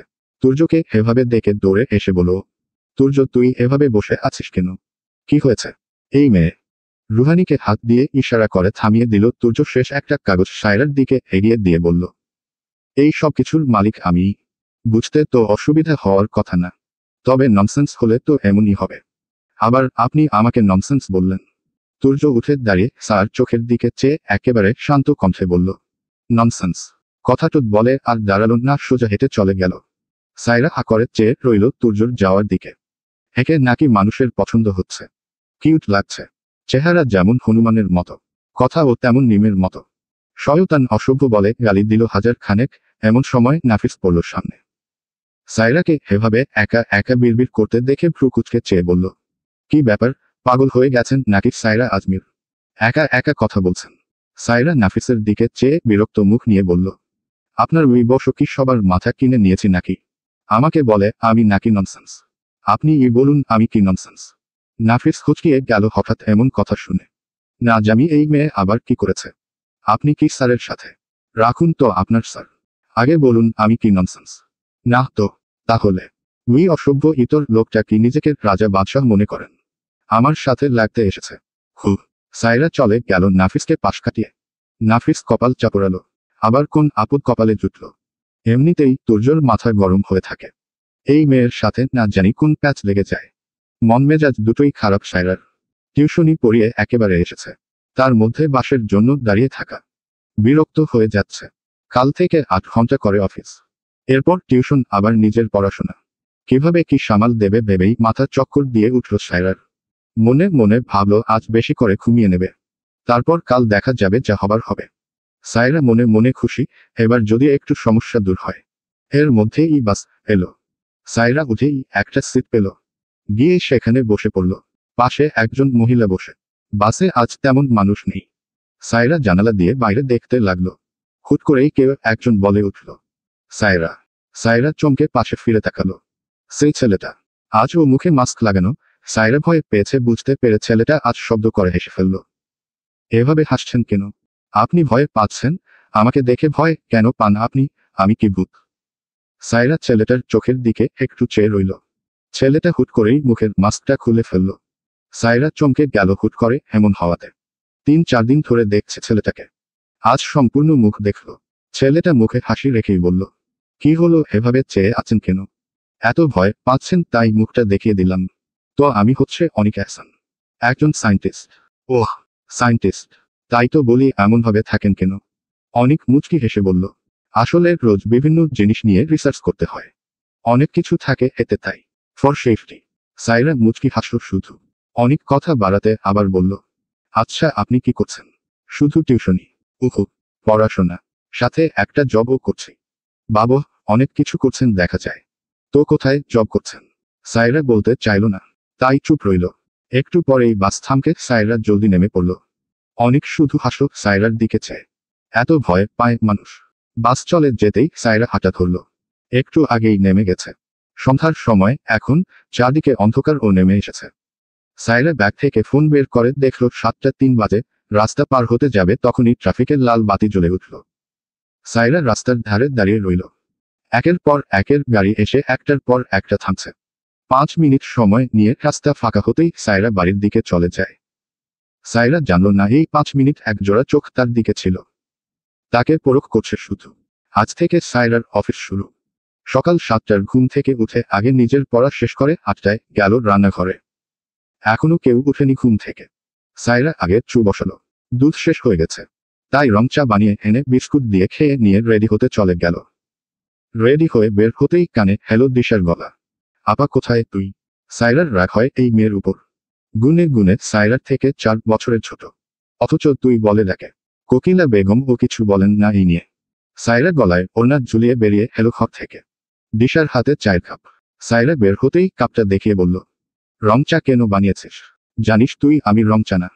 সায়রা ইচ্ছে করলো কয়েকটা কথা বলতে, কিন্তু সেটা তার সাথে যায় না। সায়রার মা বলতো কুকুরের সাথে কখনো কুকুর হতে হয় না। সায়রা আস্তে করেই জবাব দিল, দুধ শেষ। হাতে এখন টাকাও নেই, টাকা হলে নিয়ে আসবো। মায়ের কাছেও নেই নাকি? সেটা আমি কি করে জানবো? আমার দেরি হচ্ছে, গেলাম আমি। সায়রা যেতে নিলেই দিশা কটাক্ষ করে বলল, এমন ভাব যেন কোনো বিশ্ব উদ্ধার করে ফেলেছে। চাকরি তো হচ্ছে না একটাও। সায়রা কিছু বলল না, চলে গেল ঘরের ভেতর। এতে সহ্য ক্ষমতা কখনোই সায়রার ছিল না। মা মারা যাওয়ার পর সে সব সহ্য করে এসেছে। মেমে নিয়েছে নিয়তি।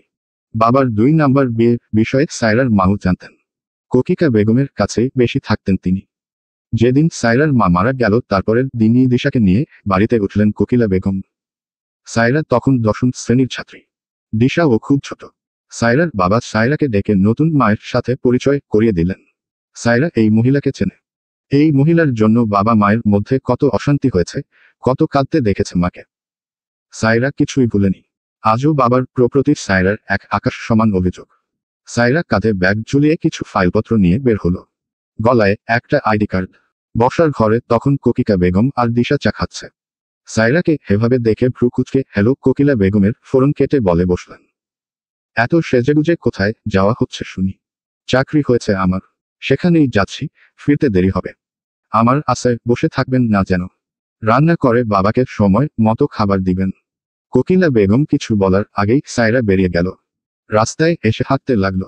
কিছু পথ হেঁটেই গিয়ে রিকশায় উঠল। এখন 9টা 21 বাজে। হাতের সময় আছে। অফিসে এসেই দেখল বিশাল ঝামেলা লেগে গেছে। নতুন অনুপক মানুষ যুক্ত হয়েছে। তাদের ডেস্ক কোথায় দেওয়া হবে তাই নিয়ে অফিসের ম্যানেজার পড়ছক মহাবিপদে।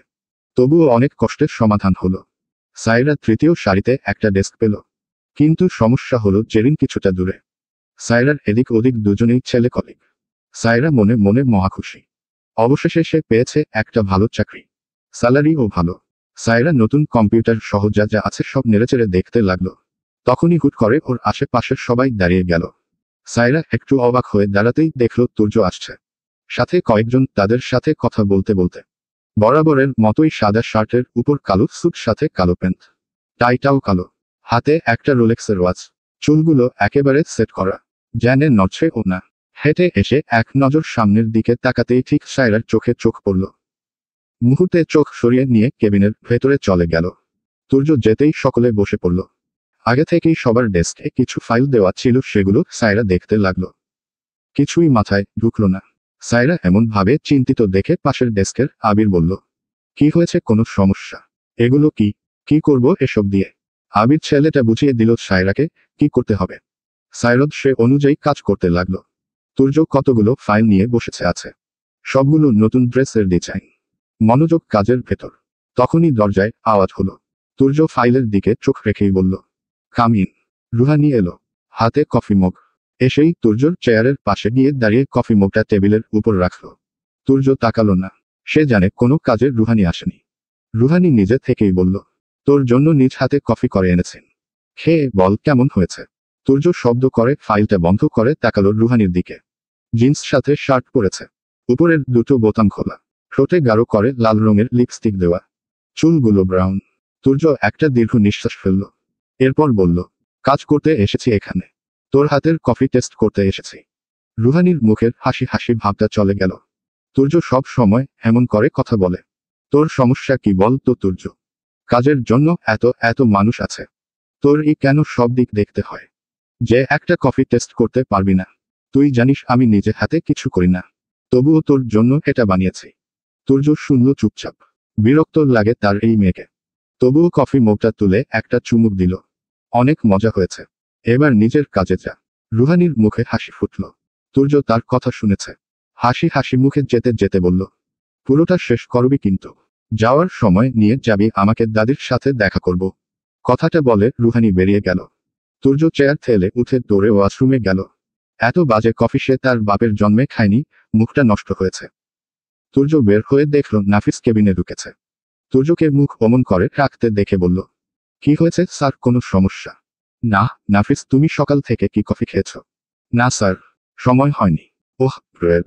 কথাটা বলে টেবিলের উপর রাখা কফির মগটা নাফিসের দিকে এগিয়ে দিয়ে বলল, নাও এটা খাও, আমার জন্য আনিয়েছিলাম, খেতে ইচ্ছে করছে না।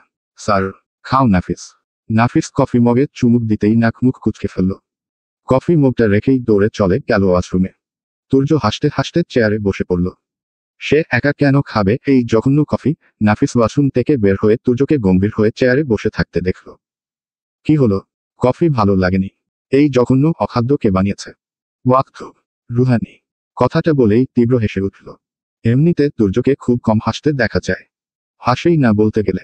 হাসছে তুর্য। নাফিসের দেখে ভারী ভালো লাগলো। তার স্যার হাসি খুশি থাকুক, এটা সে সব সময় চেয়ে এসেছে। কিন্তু এখন চেয়ে একটা নিউজ সে দিতে এসেছে।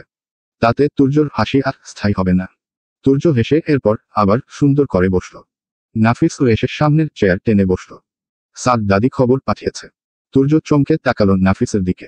দাদির আবার কি হলো? সব ঠিক আছে, চিন্তা করবেন না স্যার, দাদি ঠিক আছে। আসলে দাদি আপনাকে নাকি কিছু মেয়ের ছবি দিয়েছিল। তাদের মধ্যে একজনের সাথে আজ আপনাকে দেখা করতে যেতে বলেছে। হোয়াট? দাদির মাথাটা একেবারে গেছে। কতবার বলেছি আমি বিয়ে করব না, কানেই নিচ্ছে না আমার কথা। কেন বিয়ে করবেন না? আপনার সব আছে, তবুও কিসে বাধা? তুর্য ল্যাপটপের দিকে চেয়ে বলল, অনেক কিছুতেই বাধা। দাদিকে বলো আমি কোথাও যাচ্ছি না। অলরেডি বলেছি, উনি শুনেননি আমার কথা। এগুলো আমাকে দিয়ে হবে না। কাজের কোনো কথা থাকলে বলো।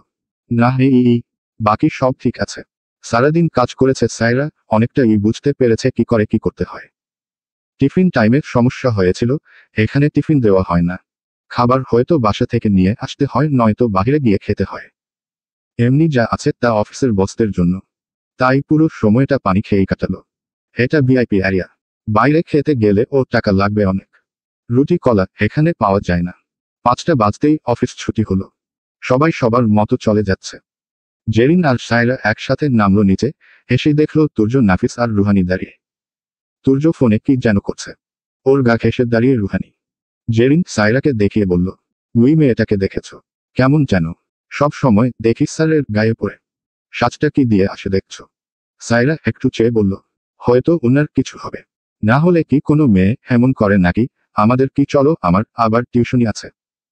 তুর্য ওরা গাড়িতে এখনো ওঠেনি। তিনজনই দাঁড়িয়ে আছে।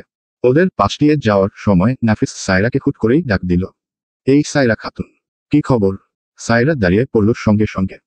আমার নাম সায়রা আজমির। খাতুন বলবেন না একেবারে? তাহলে আমি ও বলবো কিন্তু। নাফিস 2 কদম এগিয়ে এসে বলল, কি বলবে শুনি শুনি। আবুল বলবো। আপনি একটা আবুল।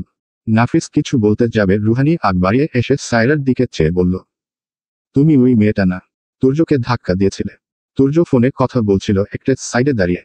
ফোনটা কানে থেকে নামাতেই কানে এলো। আমি দিয়েছি নাকি উনি আমাকে ধাক্কা দিয়েছে? মিথ্যা বলছেন কেন? তুর্য তাকিয়ে দেখল সায়রাকে। নীল রঙের ড্রেস পরা, কাঁধে ব্যাগ, মুখ একেবারে ন্যাচারাল।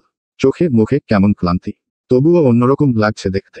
তুমি ওকে ধাক্কা দিয়েছ, আবার বলছো আমি মিথ্যা বলেছি। তুর্য তুই বল। তুর্য রুহানির দিকে চেয়ে আবার সায়রার দিকে তাকালো। সায়রা এমন ভাবে চেয়ে আছে যেন সে যদি হু বলে তাহলেই ওর মাথা ফাটিয়ে দিবে।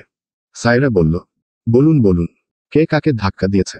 আবার আপনি আমাকে ননসেন্স ও বলেছেন। আমি তো কিছুই বলিনি। নাফিস পেছনে থেকে হুট করে বলে বসল, কথা সত্য। তুর্য সহ সবাই নাফিসের দিকে তাকালো। বেচারির মুখটা ছোট হয়ে গেল। তুর্যর দিকে চেয়ে বলল, না মানে, আসলে। তুর্য রুহানিকে সরিয়ে সায়রার সামনে এসে দাঁড়ালো। মানুষটা বেশ লম্বা। সায়রা তুর্যর বুক সমান। সায়রা তুর্যর দিকে চাইল। তুর্য 2 পকেট হাত রেখে একটু কাছে এসে দাঁড়াতেই একটা ঘ্রাণ এসে নাকে লাগলো সায়রার। ভীষণ সুন্দর ঘ্রাণ। তুর্য বলল, ঝগড়া করতে চাচ্ছ? আমি কেন ঝগড়া করতে চাইব? আপনারা চাচ্ছেন। ধাক্কা আমি তোমাকে দিয়েছি। হ্যাঁ। সায়রা নিজে এবার একটু এগিয়ে আসলো যাতে একটু পিছিয়ে যেতে হলো তুর্যকে। নাক ফুলিয়ে বলল, ধাক্কা আপনি দিয়েছেন? সরি না বলে আমাকে ননসেন্স বলেছেন। আবার বলছেন আমি ঝগড়া করতে চাচ্ছি। এত বড় কোম্পানির মালিক পায়ে পাড়া দিয়ে ঝগড়া করছেন কথায় জেতার জন্য। হু, এই মেয়ে কি বললে তুমি? কার সামনে দাঁড়িয়ে কথা বলছো যেন? অসভ্য মেয়ে। হুট করেই বলল রুহানি। রুহানি, গাড়িতে গিয়ে বসো। তুর্য, যেতে বলেছি আমি তোকে। রুহানি গাড়িতে উঠে বসল। তুর্য সায়রার দিকে চেয়ে বলল, বাড়িতে গিয়ে 1 গ্লাস ঠান্ডা পানি খেও আর 1 গ্লাস মাথায় ও দিল। মাথা ঠান্ডা হবে, সাথে গলাও ভিজবে। ঝগড়া করতে করতে গলা শুকিয়ে গেছে নিশ্চয়ই। নাফিস, চলো, দেরি হচ্ছে। তুর্য যেতে নিলেই সায়রা পেছনে থেকে বলে উঠল, আপনিও 1 গ্লাস পানি খাবেন স্যার, আর 2 গ্লাস মাথায় ঢালবেন। সায়রা জেরিনকে নিয়ে হেঁটে গেট দিয়ে বেরিয়ে গেল। তুর্য সায়রার যাওয়ার দিকে চেয়ে রইল। কেউ তার মুখের উপরে কথা বলে না। এই মেয়ে রীতিমতো ঝগড়া করে চলে যাচ্ছে। তার তুর্য ওর সাথে তাল মেলাচ্ছে। তুর্য গাড়িতে উঠতে উঠতে বলল, সায়রা আজমির। নামটা মনে থাকবে আমার। রুহানি সামর্থ্য বেগমের সাথে আশার ঘরে বসে কথা বলছে। নাফিস ওর সাথে আছে। মোট কথা সামর্থ্য বেগমকে একটু সঙ্গ দেওয়া। তুর্য উপরে চলে গেছে। সার্ভেন্ট এসে কিছু নর্মাল খাবার দিয়ে গেছে। সামর্থ্য বেগম বলেছে রাতে খেয়ে যেতে। একটু পরেই তুর্য সিঁড়ি দিয়ে নেমে এলো। একেবারে নর্মাল লুক। রুহানি পারে না চোখ দিয়ে গিলে খায়। তুর্য এসেই সামর্থ্য বেগমকে উদ্দেশ্য করে বলল, কি বুড়ি, সব ঠিকঠাক তো? তুই কথা বলবি না আমার সাথে? তুই জীবনে এসে বসিস আমার পাশে। দাদি স্যারকে গাছে একটা ঘর বানিয়ে দেই, স্যার গাছেই ঠিক থাকবে। নাফিসের কথা শুনে সবাই হেসে ফেলল। তুর্য একজনকে ডেকে চা কফি দিতে বলতেই রুহানি বলল, আমি বানাই কফি। দাদি ও টেস্ট করে দেখবে। রুহানির কথা শুনে নাফিস আর তুর্য একসাথে বলে উঠল, না। রুহানি চেয়ে আছে দেখে। তুর্য একটু শান্ত কণ্ঠে বলল, তোকে বানাতে হবে না, আমি বানাচ্ছি। আর দাদি চা কফি খায় না ভুলে গেলি, বস। তুর্য তাড়াহুড়ো করে উঠে কিচেনের দিকে চলে গেল। রুহানি গাল ফুলিয়ে বসল, নাফিস তাকাচ্ছেই না। কফি বানিয়ে আনার পর সবাই একসাথে বসলে সামর্থ্য বেগম বলে উঠল, তোর মেয়ে কেমন লাগলো বললি না তো তুর্য। দাদি, তুই কি যাসনি মেয়ের সাথে দেখা করতে? নাফিস কফি খাচ্ছিল আরাম করে। এবার ওর নাকে মুখে কফি উঠে যাওয়ার জোগাড়। এখন এই দাদি নাতিনের মাঝে ফাঁসবে সে। রুহানি তো আছেই। তুর্য আস্তে করে বলল, এই ব্যাপারে আমরা পরে কথা বলি দাদি। না এখনই। এই রুহানি তুমিই বলো, ওর কি বিয়ের বয়স হয়নি? ও বিয়ে করতে চায় না কেন?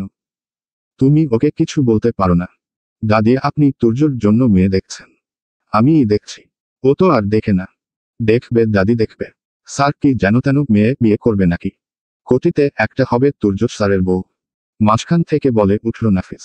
এ বিষয়ে আর কথা বাড়ালেন না সামর্থ্য বেগম। রাতে খেয়ে নাফিস আর রুহানি চলে গেল। সামর্থ্য বেগম বসার ঘরে বসে। তুর্য নিজের রুমে যাবে তখনই সামর্থ্য বেগম বলল, তুই কি বিয়ে করবি না? বল আমাকে। তাহলে আর চেষ্টা করব না। কাউকে পছন্দ হলে বিয়ে কর। সমস্যা কি তোর? রুহানিকে। কথা শেষ করার আগেই তুর্য ঘুরে তাকিয়ে বলল, তুমি জানো আমার সমস্যা কি দাদি? তারপর ও বলছি এসব আমাকে দিয়ে হবে না। আর যদি কখনো হয়, হলে সেটা হবে অনাকাঙ্ক্ষিত। আমার মন তাতে সাই দেবে না দাদি। দেখবি একদিন তোর জীবনে এমন কেউ আসবে যে তোকে সব ভুলিয়ে দেবে। তোর জীবনে হঠাৎ কারো আগমন ঘটবে। আর জীবন সুন্দর হয়ে উঠবে। মনে রাখিস এই সামর্থ্য বেগমের কথা ফলবে। তুর্য চলে গেল নিজের ঘরে। সে এসবে বিশ্বাসী নয়। জীবনে কারো আগম ঘটলেই জীবন সুন্দর হয় না। মাঝে মাঝে তা হয় জীবনের ধ্বংসের কারণ। মানুষের সুন্দর জীবনের একটা কালো অধ্যায় হয়ে থেকে যায়। সাইরা একটা টিউশনি ছেড়ে দিয়েছে। অফিস শেষ করে আবার দুটো টিউশনি করিয়ে বাসায় যেতে রাত হয় তার। ঢাকা শহরের অবস্থা করুন। মেয়ে হয়ে নিজের হেফাজতের জন্য হলেও এই মানুষরূপী অমানুষদের মধ্যে সে পড়তে চায় না। তবুও বাড়ি ফিরতে ফিরতে 7টার মতো বেজে যায়। অফিসে ও অনেক কাজ। আজও অফিসে ঢোকার আগে সাইরা মোড় থেকে দুপুরে খাবার জন্য কিছু কিনে নিয়ে অফিসে গেল। দুদিন আগে হুট করেই রুহানি সবাইকে নতুন কিছু ড্রেসের ডিজাইন আনতে বলেছে। সাইরা এই দুদিনে সেসব আর্ট করেছে ফাইলে। প্রথমবার সে তার সবটা দিয়ে চেষ্টা করেছে ইউনিক কিছু করার। তবুও মনে ভয়, যদি রুহানির বা বসয়ের এসব পছন্দ না হয়। মনে ভয় নিয়েই অফিসে ঢুকল। একটু পরেই শুরু হলো অফিসে কাজ। রুহানির কাছে সবার ফাইল জমা দেওয়া হলো। রুহানি সেগুলো নিয়ে তুর্যর কেবিনে গেল। সাইরা কপালে হাত দিয়ে বসে আছে। না জানি শুরুতেই চাকরিটা যায় তার। তুর্যর কেবিনটা এমন যে সে বাইরের সব কিছু দেখতে পারলেও বাইরে থেকে ভেতরের কিছু দেখা যায় না। তুর্য একটার পর একটা ডিজাইন মনোযোগ দিয়ে দেখছে। রুহানি সামনের চেয়ারে বসে তুর্যকে দেখে যাচ্ছে। তার একটু পাশেই নাফিস দাঁড়িয়ে আছে। তুর্য একটা ফাইল অনেকটা সময় নিয়ে দেখে নাফিসকে বলল, সাইরা, আজমিরকে ডাকো। নাফিস, ওকে স্যার। নাফিস কেবিন থেকে বের হয়ে দেখল সাইরা ডেস্কের উপর মাথা দিয়ে শুয়ে আছে। নাফিস এগিয়ে গিয়ে পেছনে দাঁড়িয়ে বলে উঠে, অনেক ঘুম পাচ্ছে নাকি সাইরা খাতুন? সাইরা সঙ্গে সঙ্গে তাকায়, পেছনে ঘুরে নাফিসকে দেখে বলল, আপনি? আমি তো ভয়ে পেয়ে গিয়েছিলাম। আহারে বেচারি, ভয় তো এখন পাবে সাইরা খাতুন। তুর্য স্যার ডেকেছে তোমাকে। কথাটা শোনার সাথে সাথে সাইরা এক লাফে উঠে দাঁড়িয়ে গেল। এই বুঝি চাকরিটা গেল? কেন? কি হয়েছে? এত বাজে ডিজাইন করেছ কি আর বলবো। চলো চলো। সাইরা এক পা এগুচ্ছে আর বুকটা কাঁপছে। আগে টিউশনিটা ছেড়ে দেওয়া ঠিক হয়নি। এখন যদি চাকরি যায় তাহলে রাস্তায় থালা নিয়ে বসতে হবে। যে বদমাইশ বসো তার। একটুও ভরসা নেই ওই লোকের উপর। সাইরা ভয়ে ভয়ে কেবিনে ঢুকল। তুর্য সঙ্গে সঙ্গে তাকালো সাইরার দিকে। সাইরার পা যেন বরফ হয়ে গেছে। আহা, এখন কি হবে? রুহানির পাশের চেয়ারটাতে ইশারে করে সাইরাকে বসতে বলল তুর্য। সেট। সাইরা বসল চুপ করে। তুর্য একটা ডিজাইন বের করে সাইরাকে দেখিয়ে বলল, এটা তুমি করেছ? জি, আমি করেছি। আইডিয়া নিজের নাকি ধার করা? না, নিজের আইডিয়াতেই করেছি। আচ্ছা, তুমি যেতে পারো এখন। সাইরা কিছুই বুঝল না। ডিজাইন পছন্দ হয়েছে কিনা তা তো বলল না। সাইরা বেরিয়ে এলো। সাইরা আসতেই আবির আর জেরিন এগিয়ে এলো। রুহানি উদ্দেশ্য করে তুর্য বলল, এই ডিজাইনটাই যাবে। এটার মতো হালকা পিঙ্ক গাউন তৈরি করতে বল। বাকিগুলো আপাতত পেন্ডিং থাকুক। এইটাই কেন? এটা তো নর্মাল। রুহানি কথা শেষ করার আগে তুর্য বলল, this design is very attractive and unique. আর একটা ডিজাইনও এমন নেই। এটাই সিলেক্ট কর। রুহানি ফাইলটা নিয়ে বের হয়ে এলো। একটু দূরেই সাইরা ওরা দাঁড়িয়ে ছিল। রুহানি ওকে গিয়ে বলল ওর ডিজাইন সিলেক্ট করা হয়েছে। সঙ্গে সঙ্গে সায়রা চিৎকার করে জেরিনকে জড়িয়ে ধরে লাফাতে লাগলো। তুর্যর কানে হঠাৎ এমন শব্দ যেতেই বাইরে তাকালো। সায়রাকে দেখে চেয়ে রইল। লাফাচ্ছে রীতিমতো মেয়েটা, খুশি চোখে মুখে স্পষ্ট দেখা যাচ্ছে। তুর্যর সায়রার এমন পাগলামি দেখে হেসে ফেলল। সে হাসল। এমন পাগল মেয়ে সে আর দেখেনি। মনে মনে বলল, ঝগড়ুতে হলে ও বুদ্ধি আছে। অনেক ছেলেটার সাথে সায়রার রোজ দেখা হয় বাসে। লোকটা রোজ সায়রার জন্য জায়গা রেখে দেয়। এরপর টুকটাক কথা বলতে বলতে বার পৌঁছায়। অনেককে ভারী রহস্যজনক লাগে সায়রার কাছে, তবুও ভালো। লোকটার মধ্যে খারাপ কিছু দেখে না, উল্টো ভরসা পায় যে নিরাপদে বাড়ি পর্যন্ত যেতে পারবে। বাড়ি এসেই দেখল কোকিলা বেগম বেশ চটে আছেন। সায়রাকে দেখে সেটা যেন কয়েকগুণ বাড়ল। এগিয়ে এসে বলে বসল, কি এমন চাকরি ধরছ যে রোজ রাইতে বাড়ি ফিরো? সব কাজ আমার একলা করতে হয়, একটু আগে বাড়ি ফিরন যায় না। সায়রা ভীষণ ক্লান্ত। এই মুহূর্তে কথা জবাব দিতে ও ইচ্ছে করছে না, তবুও বলল, আমাকে দিয়ে আপনার কাজ কখন? এমনিও আপনি আমাকে দেখতে পারেন না। বাড়িতে না থাকলে আমার মুখটাও দেখতে হয় না, লাভ তো আপনারই। কোকিলা বেগম তেরে হেলো সায়রার দিকে, সায়রার গাল চেপে ধরল। অনেক গলা বড় হয়েছে না তোর? তোর মা যেমন ছিল তুই তো তেমনই হবি। সায়রা জারি দিয়ে ঘাক থেকে কোকিলা বেগমের হাত সরিয়ে দিয়ে বলল, খবরদার ওই নোংরা মুখে আমার মাকে নিয়ে কিছু বলবেন না। বললে জিভ টেনে ছিঁড়ে ফেলব। আমার মা অন্তত আপনার মতো মহিলা ছিল না। সায়রা সোজা নিজের ঘরে গিয়ে দরজা বন্ধ করে দিল। কান্না পাচ্ছে ভীষণ। কিসের অপরাধে সে এমন জীবন পেয়েছে কে জানে। না পেলে মায়ের আদর, না পেল বাবার ভালোবাসা। এক জীবন কি শুধু লড়াই করেই কাটবে? সায়রা কান্না করল। খিদে পেট। সকাল থেকে ভাত পড়েনি পেটে, এখন খিদেটাও মরে গেছে। সায়রা ওইভাবে এই বিছানায় শুয়ে ঘুমিয়ে পড়ল। অফিস থেকে একটু দূরেই বিরাট জ্যাম লেগে আছে। তুর্য গাড়িতে বসে বসে এই ম্যাগাজিন দেখছে। হঠাৎই একটা কণ্ঠ কানে এলো, পরিচিত। তুর্য গাড়ির কাজটা একটু নামাতেই গাড়ির পাশেই রিকশাওয়ালার সাথে তর্ক করতে শুনল সায়রাকে। তুর্য মনোযোগ দিয়ে শুনতে লাগলো তর্ক। রোজ 80 টাকা দিয়ে, আজ সেটা 40 হয়ে গেল। আমি এই টাকার একটাও বেশি দেব না। রিকশাওয়ালাও থেমে নেই। সে বলে উঠল, দেহেন আফা, এত কথা কইেন না। ন্যায্য ভাড়াই চাইছি। টাকা দেন, জ্যাম ছাইরা দিব। 23 টাকা দিব। এর 1 টাকাও বেশি না। আচ্ছা 25 টাকা দেন। 1 টাকাও বেশি দিব না। রিকশাওয়ালা মহা বিরক্ত হলো। তার মুখ দেখে মনে হলে এই জীবন সায়রাকে দেখলে ও সে তার রিকশায় উঠাবে না। শেষে 23 টাকা ভাড়াই দিল সায়রা। এরপর হেঁটে গেল অফিসের দিকে। তুর্য এতটা সময় শুধু হেসেছে। এটা মেয়ে নাকি ধানিলঙ্কা? অফিসে এসে জেরিনের সাথে দেখা হতেই মনটা ভালো হয়ে গেল সায়রার। মেয়েটা এই কয়দিনে সায়রার অনেকটা আপন হয়ে গেছে। জেরিনের দিকে এগিয়ে যেতে যেতে সায়রা গান গাইতে লাগলো। তখনও অফিস টাইম শুরু হয়নি। গুনগুন করে গান গাইতে গাইতে এগিয়ে যাচ্ছে, তখনই হুট করে রুমের সবাই দাঁড়িয়ে গেল। জেরিনও নিজের জায়গায় থেমে গেল। সায়রা বুঝল না হুট করে কি হলো। জেরিন চোখ দিয়ে ইশারা করে পিছনে তাকাতে বলল, কি হয়েছে পেছনে? সায়রা পেছনে ফিরে তাকাতেই দেখল তুর্য সোজা হয়ে দাঁড়িয়ে আছে সায়রার দিকে চেয়ে। তুর্যর পেছনে নাফিস দাঁড়িয়ে মুখ টিপে হাসছে। সায়রার গলা শুকিয়ে এলো, আমতা আমতা করতে লাগলো। এবার কি হবে? এই বজ্জাত লোক কি শুনে ফেলেছে নাকি গানটান? তুর্য একটু এগিয়ে এসে সায়রার সামনে দাঁড়িয়ে বলল, মিস সায়রা, এটা কাজের জায়গা, শিল্পী প্রতিভা দেখানোর জায়গা না। এভাবে গলা ফেরে আর গান গাইবে না। কথাটা বলে সবাইকে বসতে ইশারা করে বসতে বলে চলে যাচ্ছিল। সায়রা তখনই বিড়বিড় করে বলে উঠল, একটু গানই তো গাইছিলাম। কি এমন হয়েছে? সায়রার কথা শেষ হতে দেরি তুর্য দাঁড়িয়ে গেল। পেছনে ফিরে চেয়ে সায়রাকে উদ্দেশ্য করে বলল, তুমি কেবিনে আসো এখনই। কে? কেন?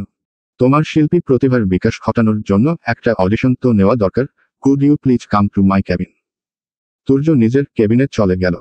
শাসরার এখন গড়াগড়ি দিয়ে কাঁদতে ইচ্ছে করছে, আগুনে ঘি ঢালতে। নাফিস তুলতে তুলতে এসে সায়রাকে বলল, যাও যাও সায়রা খাতুন, অডিশন দিয়ে আসো। সায়রা অগ্নি দৃষ্টিতে তাকালো নাফিসের দিকে। নাফিস যেতে যেতে বলল, আমি আবার কি করলাম? সায়রা ঢুকলো কেবিনে। তুর্য যেন ওর অপেক্ষায় ছিল। সায়রাকে দেখেই বলল, নাও শুরু করো, ভালো গান গাইতে হবে কিন্তু। সায়রা মুখে কিছু না বলে ও মনে মনে হাজারটা গালি দিচ্ছে তুর্যকে, তবুও মুখে বলল, সরি স্যার, আর এমন হবে না। আর গান গাইব না অফিসে। সায়রার এমন করুণ মুখটা দেখে তুর্যর ভীষণ হাসি পাচ্ছে। তবুও হাসি চেপে রেখে চেয়ার থেকে উঠে এসে 2 হাত ভাঁজ করে সায়রার সামনে এসে দাঁড়ালো। তোমার তো প্রতিভার শেষ নেই মেয়ে। রাস্তায় 10 টাকার জন্য রিকশাওয়ালার সাথে ঝগড়া করো। সায়রা হা করে চেয়ে আছে তুর্যর দিকে। এই লোক এসব আবার কি করে জানলো? আর সে কি ঝগড়া করেছে নাকি? ভাড়া বাঁচিয়েছে। সাইরা যাই করে তাই এই লোকের কাছে ঝগড়া মনে হয়। আপনি দেখলেন কি করে? রাস্তায় নিশ্চয়ই তুমি একা চলাচল করো না, আর এভাবে চেঁচালে যে কেউ শুনবে দেখবে। এই যে শুনুন, আমি যাই করি তাই আপনার ঝগড়া মনে হয় কেন বলুন তো? ওই লোকটা বেশি ভাড়া চাচ্ছিল, আর আমি তা দিয়ে দিতাম। টাকা কি গাছে ধরে নাকি? তুর্য সায়রার দিলে এক দৃষ্টিতে চেয়ে আছে। এই মেয়ে ধীরে কথা বলতে পারে না, চলাচল ও ধীর গতির নয়, সবকিছুতে তাড়াহুড়ো। সায়রা কথা বলছে, মোট কথা সে তুর্যকে বোঝাতে চাইছে সে কেন রিকশাওয়ালার সাথে তর্ক করেছে। তুর্য তা শুনছে, না শুনছে বললে ভুল হবে। সে সায়রাকে দেখছে। শালীন পোশাক, মুখে মেকআপের মও নেই, চুলগুলো বেনি করা, চোখের পাপড়িগুলো বড় বড়, পলক ফেললো দেখতে ভারী সুন্দর লাগছে। কথা বলার স্পিড ট্রেনের গতির থেকে বেশি। তুর্য হুট করে বলে উঠল, এই মেয়ে তুমি ধীরে কথা বলতে পারো না? আমি এভাবেই কথা বলি, এই জন্যই তোমার নর্মাল কথা ও ঝগড়া মনে হয়। হ্যাঁ, এটা শুধু আপনার কাছেই মনে হয়। তুর্য কিছু বলতে যাবে তখনই দরজায় শব্দ হলো। সায়রার দিকে চেয়ে তুর্য বলল, কাম ইন। রুহানি ঢুকলো কেবিনে। রুহানি সায়রাকে এখানে ভ্রু কুঁচকে চেয়ে আছে দেখে তুর্য সায়রাকে বলল, যেতে পারো। সায়রা চলে গেল। রুহানি তুর্যর দিকে চেয়ে বলল, ওই মেয়ে এখানে কি করছিল? তুর্য নিজের চেয়ারে গিয়ে বসে বলল, তুই এখানে কি করছিস? আমি তো কাজে এসেছি। তাকে ও নিশ্চয়ই আমার বিয়ে খেতে আসনি। কাজেই এসেছিল। তুই সব সময় আমার সাথে এভাবে কেন কথা বলিস তুর্য? ওই ড্রেসটার কাজ কতদূর হয়েছে? রুহানি বুঝল তুর্য কথা বলতে ইচ্ছুক নয়, তাই কথা না বাড়িয়ে কাজের কথাই বলল। ড্রেস হয়ে এসেছে, ক্লায়েন্টও আগামীকাল আসবে। কিন্তু আমি ভাবছি একটা ডিজাইন যদি তাদের ভালো না লাগে। 100 ডিজাইনের মধ্যে একটা ডিজাইন সিলেক্ট করা হয়েছে। ওটা যদি পছন্দ না হয় তাহলে নেই। রুহানি বসে রইল। তুর্য ওর দিকে কখনো বেশিক্ষণ তাকায় না, নিজেকে যথেষ্ট আকর্ষণীয় করে রাখে সব তবুও তাকায় না। রুহানি মনে মনে কিছু একটু ভাবল, এরপর বলল, আচ্ছা এবার কি অফিস থেকে কোনো ট্যুরে যাওয়া হব না নাকি? নাফিস কোথায়? তুই ও তো কিছু বলছিস না। হবে, এই সমস্যাগুলো যাক, আগামী মাসে ঠিক করব। দাদিকে ও বলেছি কোথাও ঘুরতে নিয়ে যাব। সময় হচ্ছে না। আরও কিছু সময় পর রুহানি কেবিন থেকে বের হয়ে নিজের কেবিনে যেতেই দেখল সায়রা মনোযোগ দিয়ে কাজ করছে। মেয়েটাকে রুহানির একদম পছন্দ নয়। এই মেয়েটার বেলায় তুর্য কেমন যেন ছাড় দিচ্ছে।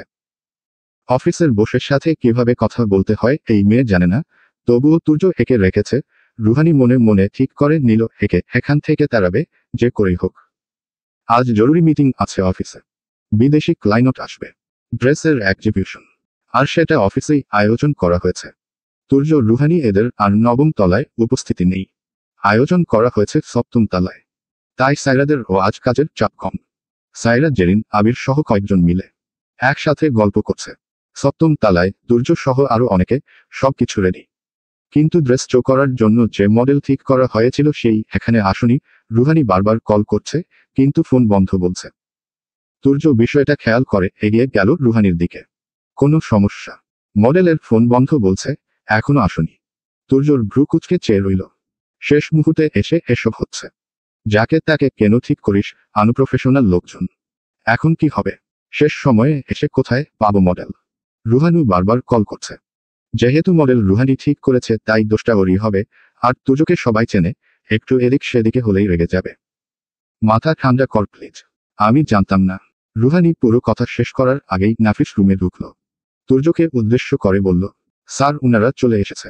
তুর্য কিছু স্টাফদের বলল ড্রেস দলের মধ্যে পড়াতে। যা হবে হবে। তারা তাইই করল। লোকজন এলো। রুহানি চুপ করে আছে। তুর্যই তাদের সবকিছু দেখালো। তাদের কথা শুনে মনে হয়তো ড্রেস তাদের পছন্দ হয়েছে। হুট করেই একজন বলে উঠল, may I know who design this dress? I'd love to meet the designer if possible. Turjo হেসে বলল, অফকোর্স, হোয়াই নট। পরপর একজনকে ইশারা করে ডাকতে বলল সায়রাকে। সায়রা তখন কাজ করছিল। তাকে ডাকা হয়েছে শুনে আবার তার মনে অস্থিরতা শুরু হলো। 7ম তলায় এসে বড় রুমটাতে ঢুকতেই দেখল অনেক মানুষ। সায়রা ধীরে ধীরে হেসে তুর্যর সামনে গিয়ে দাঁড়ালো। তুর্য বিদেশি লোকটাকে সায়রাকে দেখিয়ে বলল, she design this dress. What's your name? My name is Saira Azmir. লোকটা সায়রার দিকে চেয়ে একগাল হাসি দিয়ে বলল, this is very beautiful design. সায়রার খুশি হয়ে গেল। অনেক পরিশ্রম করেছে, তার ফল তো পাওয়ারই ছিল। Thank you sir. Welcome. Saira can you wear this dress please? লোকটার কথায় রুমে থাকা সকলে অবাক হয়ে চাইল। লোকটা বিষয়টা বুঝতে পেরে তুর্যকে বুঝালো তারা ডলের নয়, সায়রাকে ড্রেসটা পরিয়ে দেখতে চায়। But sir, she is not a model. Don't worry, she can. Saira পড়ল বিপদে। তুর্য সায়রার দিকে এগিয়ে এলো। ওরা চাচ্ছে তুমি ড্রেসটা পরে ওদের দেখাও। পারবে? সায়রা একটু ভাবল, এরপর বলল, পারবো স্যার। তুর্য ইশারায় যেতে বলল। সায়রা চলে গেল আরেকটা রুমে, ওর সাথে কয়েকজন গেল। শুধু ড্রেস পরলেই হবে না, সাথে সাজতেন হবে একেবারে মডেলদের মতো। সায়রা যেতেই বিদেশি লোকদের আরো কিছু ডিজাইন দেখাতে লাগলো তুর্য। রুহানি এতটা সময় একটা জায়গায় দাঁড়িয়ে সবটা দেখল। বেশি সময় লাগলো না সায়রার রেডি হতে। একটু পরেই সে চলে এলো। সায়রা ঢুকতে নাফিস বলল, স্যার। তুর্য সহ সকলে ঘুরে দাঁড়ালো। সায়রা গাউনটা পরেছে, সাথে হালকা মেকআপ। চুলগুলো অন্যরকম ভাবে বেঁধেছে। সায়রাকে এই লুকে দেখে রুমে থাকা প্রতিটা মানুষ চেয়ে রইল। গাউনটা ডলের মধ্যে যতটা সুন্দর লাগছিল, এখানে তার থেকে বেশি সুন্দর লাগছে, হাজারগুণ বেশি। বিদেশি লোকটা এবার সন্তুষ্ট হলেন। সায়রাকে হেঁটে ও দেখাতে বলা হলো। সায়রা তাই করল। সে এসব জানে, ফোনে এমন কত ভিডিও দেখেছে। একজন সায়রা প্রতিটা মুহূর্ত ভিডিও করছে। এগুলো আজকের মিটিং এর প্রেজেন্টেশন।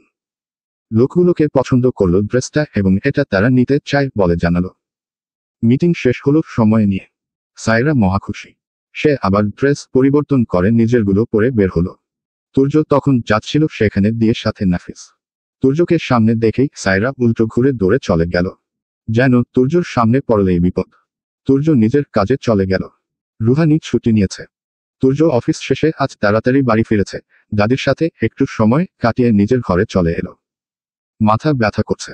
একটু পরে একজন এসে কফি দিয়ে গেল। তুর্য সেটা নিয়ে বারান্দায় গিয়ে দাঁড়ালো। দূরে ভিন্ন মানুষের বাসার বাতি চলছে। সেসব দেখতে দেখতে কফি খাচ্ছিল এমন সময় ফোনের শব্দ হয়। হোয়াটসঅ্যাপে মেসেজ এসেছে। তুর্য পকেট থেকে ফোন বের করে দেখল নাফিস ভিডিও পাঠিয়েছে। ভিডিওতে ক্লিক করতেই আজকে করা ড্রেসের ভিডিওগুলো, যাতে সায়রাকে দেখা যাচ্ছে। তুর্য চেয়ে রইল, চোখ সরাতে ইচ্ছে করল না। অন্য সময় সে কখনোই পুরো ভিডিও দেখে না, তবে আজ দেখল। সায়রার দিকে তখন সে ভালো করে দেখেনি। মেয়েটাকে যতটা আনপ্রফেশনাল ভেবেছিল ততটা নয়। ড্রেসটাতে মেয়েটাকে ভীষণ মানিয়েছে। হালকা গোলাপি রঙের গাউনটা। তুর্য কত কি ভাবল আর সায়রার মুখের দিকে চেয়ে রইল। হুট করেই তুর্য ভিডিওটা বন্ধ করে দিল। এসব কি ভেবে যাচ্ছে সে? ফোনটা হাতে নিয়ে কফির মুখটা রেখে রুমে চলে এলো। পরের দিন অফিসে কাজের চাপ বাড়ল। অফিসে এসে ছুটোছুটি করতে হচ্ছে। সায়রা আর আবির একসাথে কাজ করছে কথা বলতে বলতে, যেহেতু তাদের ডেস্ক একসাথে। তখনই তুর্য এলো।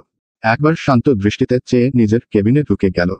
একটু পরেই সামর্থ্য বেগম এলেন। তাকে তুর্যর কেবিনে নিয়ে বসানো হলো। কয়েকদিন পরপরই আসেন তিনি দেখতে।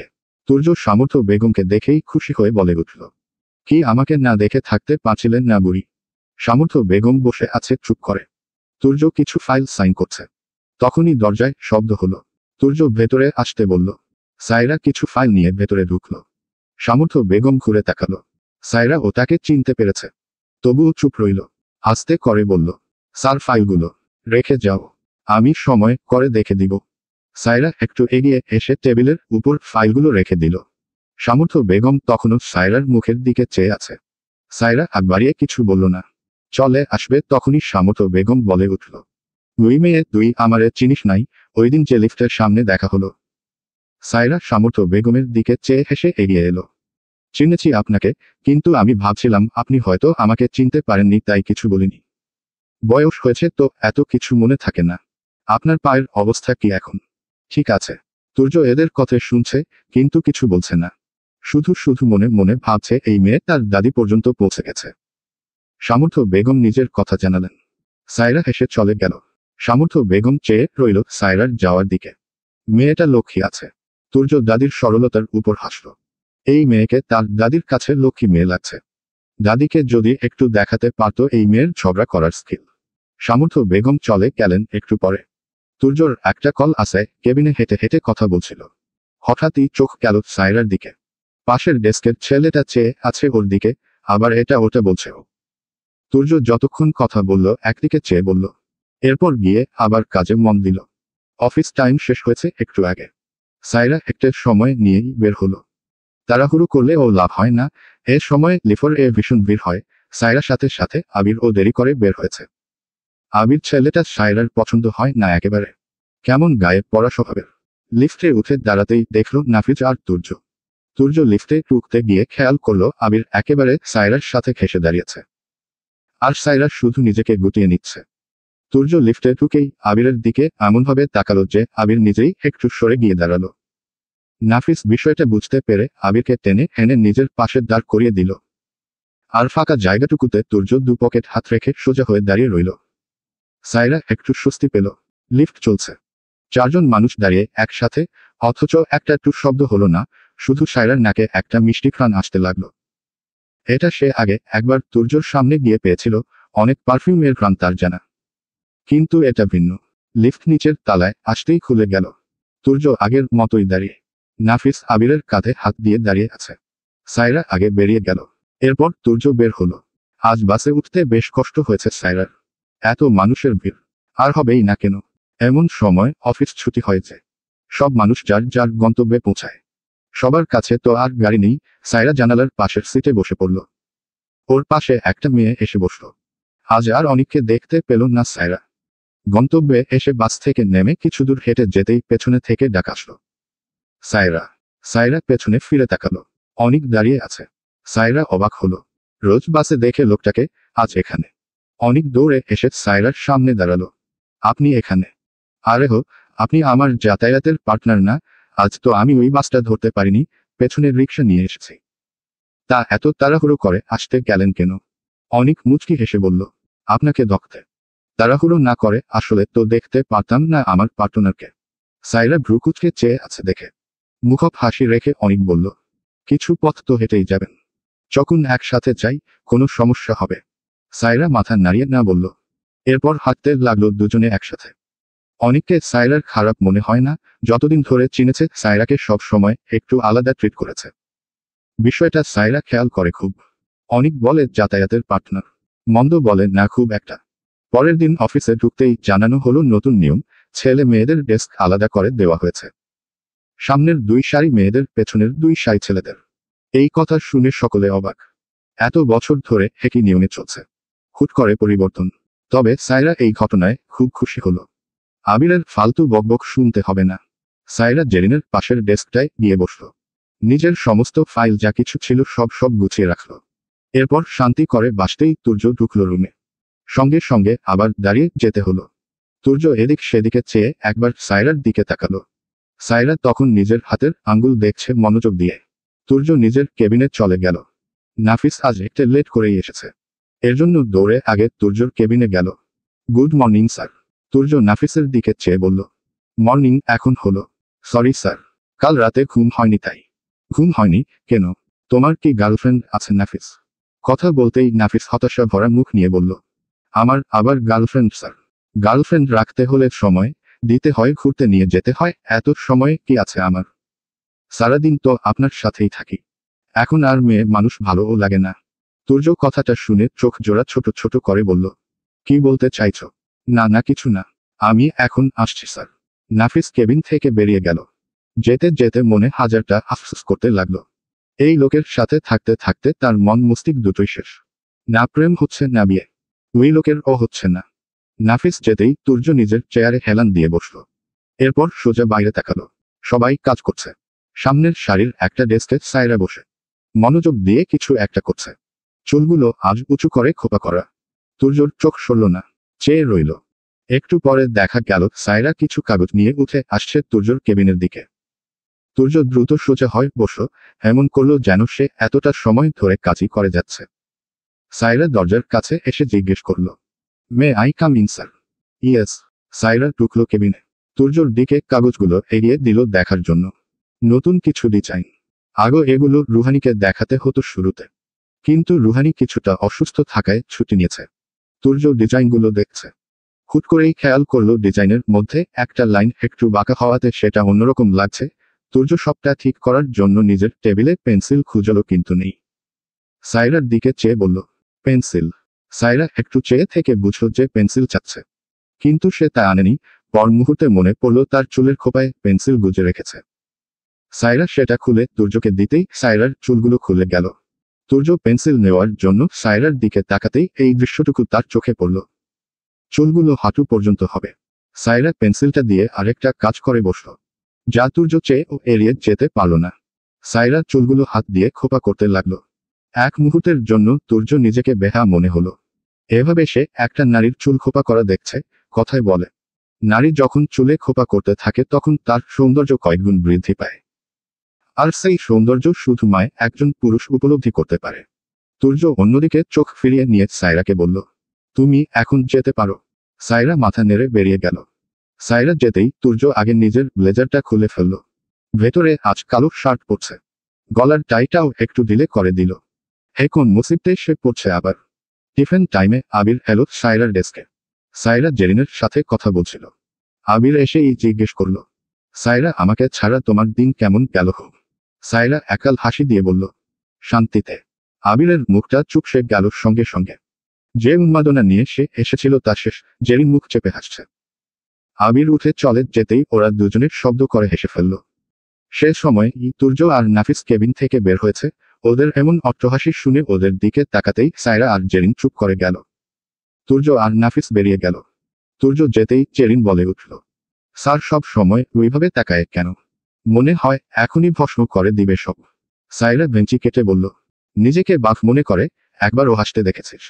সব সময় অমন করে থাকে। থাকবে না কেন? এত বড় বিজনেসম্যান, তার মধ্যে নায়কের মতো দেখতে। উনি কি আর স্টাফদের সাথে হেসে হেসে কথা বলবে? সাইরা হুট করেই বলে বসল, ওই রুহানি ম্যাডাম, ওর সাথে ঠিকই হেসে হেসে কথা বলে। আমার মনে হয় স্যার রুহানি ম্যাডামকে পছন্দ করে। হতে পারে। বাদ দে তো, আমাদের কি? দুজনে কম হলেই আধা ঘন্টা তুর্যকে নিয়ে চুগলি করে। এই টপিকে কথা বাদ দিয়েছে। তুর্য আর নাফিস এলো রুহানির বাসায়। রুহানি অসুস্থ। দুদিন হলো অফিসে যাচ্ছে না। তাই তুর্য রুহানির পছন্দ মতো জিনিসপত্র কিনে এসেছে ওকে দেখতে। রুহানি শুয়েছিল। কলিং বেল বাজল। দরজা খুলতেই তুর্যকে দেখে রুহানি আঁতকে উঠল। তুর্য এসেছে। তুই? পেছনে থেকে নাফিস একটা বড় সাইজের ডালা নিয়ে এসে বলল, আমিও আছি। রুহানি ওদের ঘরের ভেতরে নিয়ে গেল। রুহানি একাই থাকে, বাবা মা দেশের বাইরে। রুহানি ও সেখানেই থাকতো হয়তো, কিন্তু নিজের মনকে উপেক্ষা করতে পারেনি। তাই একা পড়ে আছে এ দেশে, একটা মানুষের সঙ্গে সঙ্গে থাকার জন্য। রুহানি চোখ মুখ শুকিয়ে গেছে। মেয়ের এসে ওদের কফি দিয়ে গেল। নাফিস বসে গেছে ভিডিও গেম খেলতে। তুর্য রুহানির ঘরের বারান্দায় গিয়ে দাঁড়ালো। বিকেলের সময় এখন। রুহানি এসে তুর্যর পাশে দাঁড়ালো। অভিযোগের সুরে বলল, এই 2 দিনে একটা কল ও করিসনি তুই আমাকে? তুর্য একটু সময় নিয়ে ওর দিল। সময় পায়নি। দেখতে যে হেলার সেটা তো বললি না। রুহানি হেসে বলল, উদ্ধার করেছিস আমাকে তুই। এখন কেমন আছিস? ডক্টর কি বলল? ওই এক কথা, মস্তিষ্কে চাপ দিতে পারবো না। ডিপ্রেশন হতে পারবে না, এসবই। তো তুই কেন মস্তিষ্কে চাপ দিস? কিসের এত ডিপ্রেশন তোর? রুহানি চেয়ে রইল তুর্যর দিকে। কালো রঙের একটা শার্ট পরে আছে। ব্লেজারটা নিশ্চয়ই গাড়িতে রেখে এসেছে। রুহানির ডিপ্রেশন তো এই মানবকে নিয়ে। জুই হারিয়ে ফেলে যদি না পায়, এটা ইতে মস্তিষ্কে চাপ সৃষ্টি করে। কিন্তু এটা সে তুর্যকে কি করে বুঝাবে? রাতে খেয়ে যাবি কিন্তু। হুট করেই কথাটা বলল রুহানি। তুর্য কফির মুখটা রুহানির হাতে ধরিয়ে দিল। দাদি অপেক্ষা করবে। আরো কিছুদিন রেস্ট কর। তোর ছুটি বাড়িয়ে দিলাম। ছুটি লাগবে না আমার। তাহলে একটা বিয়ে দিয়ে দেই। হাসবেন্ড নিয়ে সংসার কর। দেখবি সব চলে গেছে। আসছি। তুর্য বেরিয়ে গেল ঘর থেকে। রুহানি এলো এগিয়ে দিতে। নাফিস তখন উঠতে চায় না ভিডিও গেম ছেড়ে। স্যার আর একটু, এখনই জিতে যাব। Please sir. তুমি উঠবে নাফিস, নাকি রেখে চলে যাব? নাফিস না চাইতে ও উঠে গেল। রুহানি ওদের বিদায় দিয়ে এসে তুর্যর আনার জিনিসগুলো দেখতে লাগলো। একটা বিশাল ডালা, যাতে ফল থেকে চকলেট সব আছে। সন্ধ্যা হয়ে এসেছে। গাড়ি চালাচ্ছে নাফিস। পাশেই তুর্য বসে। নাফিসের মনটা ভীষণ খারাপ। গেমটা আর একটু হলেই জিতে যেত। টেনে হিচড়ে নিয়ে আসলো তাকে। একটু পরেই বিশাল জামে পড়ল ওরা। অফিসও ছুটি হয়ে গেছে ততক্ষণে। তুর্য এদিক সেদিকে দেখছে। হুট করে চোখ পড়ল রাস্তার আশেপাশে। বাস ছাউনির নিচে সাইরা দাঁড়িয়ে আছে। না, সে এই মেয়েকে চিনতে ভুল করবে না। তুর্য খেয়াল করতে লাগলো। সাইরা হয়তো বাসের জন্য দাঁড়িয়ে আছে। জাম তখনও পুরোপুরি ছাড়েনি। হুট করেই দেখল একটা ছেলে এসে দাঁড়ালো সাইরার পাশে, হেসে হেসে কথা বলছে। তুর্যর ভ্রু কুঁচকে এলো। এ মেয়েকে যাকে পায় তার সাথেই কথা বলে। চেহারা দেখে তো এমন মনে হয় না। সেদিন লিফটে ও দেখেছ সাইরাকে ভয় পেতে। একটু পরে বাস এলো আর তুর্যদের সাইটের জামও ক্লিয়ার হলো। আর দেখতে পেল না তুর্য। তবে ইচ্ছে করলো গাড়ি থেকে নেমে যেয়ে দেখতে। নাফিসকে নিয়ে একটা ভিডিও গেমের জিনিসপত্র পাওয়া যায় এমন একটা শপে এলো তুর্য। নাফিস তার সাথে শুধু ঘুরে বেড়ায়, হে কাজের বেতন ও পায়ে ভালোই, তাই ঘুরছে। তুর্য বিশাল সাইজের একটা মনিটর আর গেম কনসোল কিনে নিল। নাফিস ভাবছে এই লেক তার গেম নষ্ট করে, এখন নিজে খেলবে বলে কিনছে নাকি এসব, মনে মনে ভাবলো কিনুক, মাঝে মাঝে গিয়ে খেলতে পারবে। সব প্যাকেট করা হলে সেসব গাড়ির ডেকিতে তুলে দিল দোকানের লোকেরা। ওরা আবার এসে গাড়িতে বসলো। বাসার সামনে এসে গাড়ি থামতেই তুর্য নামলো, সাথে নাফিসও। গাড়ির চাবিটা তুর্যর দিকে এগিয়ে দিল নাফিস। তোমার কাছেই রাখো, আর গেমের জিনিসপত্র সেট করবেন না বাসায়? তুর্য একটু এগিয়ে এসে মুচকি হেসে বলল, না, ওটা তোমার বাসায় সেট করো, মাঝে মাঝে গেলে খেলবো। নাফিস অবাক হলো, কিছু বলার আগে তুর্য চলে যাচ্ছিল। কয়েক কদম গিয়ে আবার ফিরে এলো। নাফিস, জি স্যার। সাইরা আজমিরকে তোমার কেমন মেয়ে মনে হয়? সাইরা খাতুনকে? অনেক ভালো মেয়ে স্যার, ছোটখাটো একটা কিউট হাঁসের বাচ্চার মতো। তুর্য অবাক হয়ে চেয়ে বলল, কি হাঁসের বাচ্চা? ইউ লস্ট ইউর মাইন্ড নাফিস। তুর্য দাঁড়ালো না, চলে গেল বাড়িতে। কাকে কি জিজ্ঞেস করেছে সে? মানুষকে হাঁসের বাচ্চার সাথে তুলনা করছে। মাস শেষে অফিস আর টিউশনি থেকে বেতন পেয়ে সাইরা দেখল মোটামুটি একটা ভালো অঙ্কের টাকা। আজ আবার অফিসও ছুটি। সাইরা ঠিক করলো সন্ধ্যায় বের হবে। একটা বড় শপিং মল থেকে বাবার জন্য কিছু কিনবে। মানুষটা যেমনই হোক বাবা তো। সাইরা মনে মনে অনেক কিছু ঠিক করলো। এরপর রেডি হয়ে বেরিয়ে গেল। সাথে জেরিনকেও ডাকলো, সেও শপিং করবে। একটা রিক্সা নিয়ে সাইরা একটা শপিং মলের সামনে গিয়ে নামলো। একটু দাঁড়াতেই জেরিনও চলে এলো। এরপর দুজন মিলে ঢুকলো ভেতরে। সাইরা এর আগে কখনো আসেনি এমন শপিং মলে। লোকাল মার্কেটগুলো থেকেই পরার জামাগুলো নিত। জেরিন ঘুরে ঘুরে দেখছে, সাইরাও দেখছে, কিন্তু এত এত দাম জিনিসপত্রের। সাইরা আর সেসব নিল না, লোকাল মার্কেট থেকেই নিল। তবে শুধু বাবার জন্য নয়, সবার জন্য টুকটাক। আর মিষ্টি নিয়ে বাড়ি ফিরল। বাড়িতে দিয়ে ঢুকতেই বসার ঘরে দেখল কোকিলা বেগম। সাইরা কিনে আনা জিনিসপত্রগুলো কোকিলা বেগমের সামনে রেখে দিয়ে বলল, এখানে সবার জন্য কিছু জামাকাপড় আর কিছু বাজার আছে, আর এই যে কিছু টাকা বাবার ঔষধের জন্য। কিছু টাকা কোকিলা বেগমের দিকে এগিয়ে দিতেই তিনি ছো মেরে নিয়ে নিলেন। সাইরা কিছু বলল না। ঘরে চলে যেতে নিলেই কোকিলা বেগম বলে উঠল, আর সংসারের টাকা কে দিব? এতে বড় নাকি চাকরি পাইছ দিশা কইল, আর বেতন এতটুক। সাইরার ভারী গায়ে লাগলো কথাটা, মানুষ কত সহজে কত কিছু ভেবে নেয়। সাইরা ওর দিল না। নিজের ঘরে গিয়ে দরজা বন্ধ করে দিল, ড্রেসটা পাল্টে নিয়ে বিছানায় গিয়ে শুয়ে পড়ল। অনেকদিন হলো ফোনটা একটু ভালো করে দেখতে পারে না। সাইরা অনেকদিন পর তার ফেসবুক আইডিতে ঢুকল। জেরিন অনেকবার বলেছে তোকে রিকোয়েস্ট পাঠিয়েছি অ্যাকসেপ্ট করিস, সাইরা আর তা করতে পারেনি। আজ করল। এরপর ঘুরতে লাগলো নিউজ ফিডে। হুট করেই তুর্যর একটা ছবি ফিডে চলে এলো। সাইরা তা দেখে অবাক। তুর্যর আইডি। সাইরা কৌতূহল নিয়ে ঢুকলো আইডিতে। পাবলিক করা আইডিটা। খুব বেশি পোস্ট নেই, শুধু কিছু ছবি, তাও অনেকদিন পর পর আপলোড করেছে। তবুও অনেক ফলোয়ার দেখা গেল, সাথে হাজারের বেশি লাইক ছবিতে। কমেন্ট ও কম না। সাইরা একটা ছবিতে ক্লিক করলো, যেটা বিদেশের কোথাও একটা হবে। সেই ফর্মাল লুক, কাচের সাথে হেলান দিয়ে দাঁড়িয়ে আছে। ছবিটা সুন্দর, কিন্তু কমেন্ট দেখতে গিয়ে সাইরা হতবাক। এত এত মেয়ের কমেন্ট, কিন্তু একটা কমেন্ট এও রিপ্লাই নেই। সাইরার অনেক বাজে একটা অভ্যাস হলো একজনের আইডি থেকে আরেকজনের আইডিতে যাওয়া। সাইরা কমেন্ট বক্সে রুহানির আইডি পেল, সেখানে গেল। রুহানির আইডি তো যা তা অবস্থা। একচাপা এত এত দুঃখের ভিডিও শেয়ার দিয়েছে। সাইরা কিছু সময় দেখে বিরক্ত হয়ে বের হয়ে এলো। এত সুন্দর মেয়েটার কিসের এত দুঃখ কে জানে। চলে গেছে আরো কয়েকদিন। একইভাবে চলছে জীবন। সাইরা অফিসের পর টিউশনি, এরপর একটু পড়তে বসা, এসব করেই দিন পার করছে। রুহানি অফিসে জয়েন করেছে, এর মধ্যে কোম্পানির ও কিছু ভালো প্রফিট হয়েছে। প্রতি বছর এই অফিস থেকে অফিস ট্যুরের ব্যবসা করা হয়। এবার ও তেমন কিছুই হচ্ছে। তুর্য ও চাচ্ছে সামর্থ্য বেগমকে নিয়ে কোথাও যেতে। এসব খবর স্টাফদের কানে যেতেই হইচই শুরু হলো। এক একজন নলছে জায়গায় গেলে ভালো হতো, কেউ কেউ বলছে ওই জায়গায় গেলে ভালো হতো। তুর্যর কানে ও খবর গেল। তুর্য নাফিসকে ডাকলো। সবাই কোথায় যেতে চাচ্ছে নাফিস? স্যার সবার মতামত ভিন্ন। স্টাফ তো এর দুই একজন নয়, অনেক, তাই আমার মনে হয় আপনার এই জায়গা ঠিক করা উচিত। কোথায় গেলে ভালো হয়? আমি দাদিকে নিয়ে যেতে চাচ্ছি। তাহলে স্যার কক্সবাজার ভালো হবে, অনেকবার যাওয়া হয়েছে। ভিন্ন কিছু বলো। তাহলে সেন্ট মার্টিন। একবার ও যাওয়া হয়নি স্যার, 3 দিন লেগে যাবে যেতে আসতে। তো কি হয়েছে? যাদের সমস্যা তারা যাবে না। তুর্য একটু ভাবলো, এরপর অনুমতি দিল। 2 দিন লাগবে সব ঠিক করতে। 2 দিন পরই রওনা হবে, এটা অফিস থেকে ফ্রি ট্যুর, তাই অনেকেই যাবে। একথা শোনার পর থেকে জেরিন সায়রার মাথা খারাপ করে দিচ্ছে। চল না বোন, এমন করিস কেন? গেলে কি হবে, 3 দিনেরই তো ব্যাপার। জেরিন, আমার টিউশনি আছে, 3 দিন আমি কি করে ছুটি নিব? সেসব আমি জানি না, তুই যাবি, এটাতে টাকাও লাগছে না, তুর্য স্যারের পক্ষ থেকে সব ফ্রি। এত বড় সুযোগ মিস করবি? সায়রা কাজ করছিল মন দিয়ে, শুধু কান দিয়ে জেরিনের কথা শুনছিল। এবার জেরিনের দিকে চেয়ে বলল, হ্যাঁ করব, আমার মনে এত আনন্দ নেই রে। 3 দিন বন্ধ দিলে টিউশনি থেকে বের করে দেবে, শুধু চাকরির পয়সায় আমার দিন যাবে না। তাই বলে তুই যাবি না? না। জেরিন মন খারাপ করে বসে রইল। সায়রা নিজের কাজ করছে, তখনই সেখানে হাজির হলো। কি ব্যাপার আলালের ঘরের দুলালিরা, মন খারাপ কেন?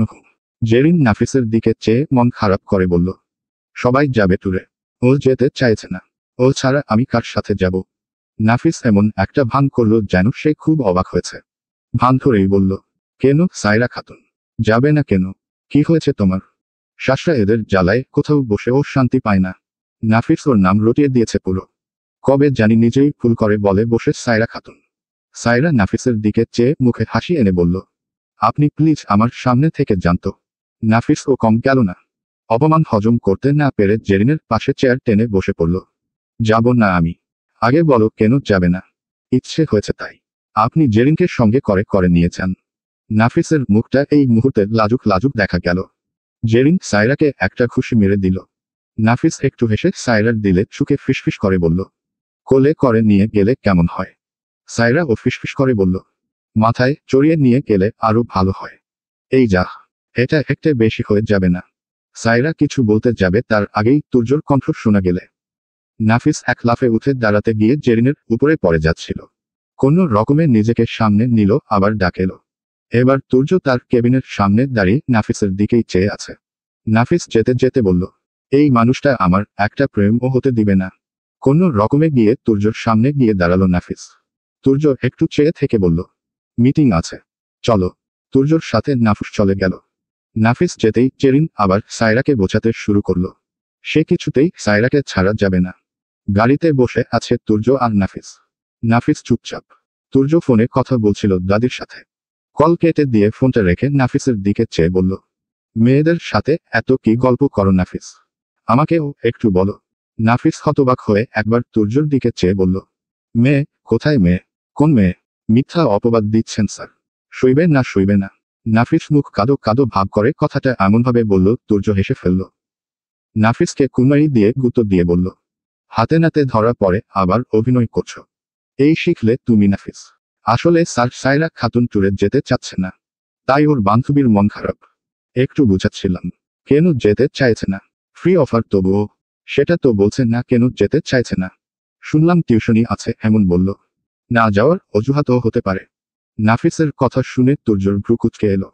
চাকরি করেই এবার টিউশনি, এত চাপ নিচ্ছে কেন এই বয়সে মেয়েটা?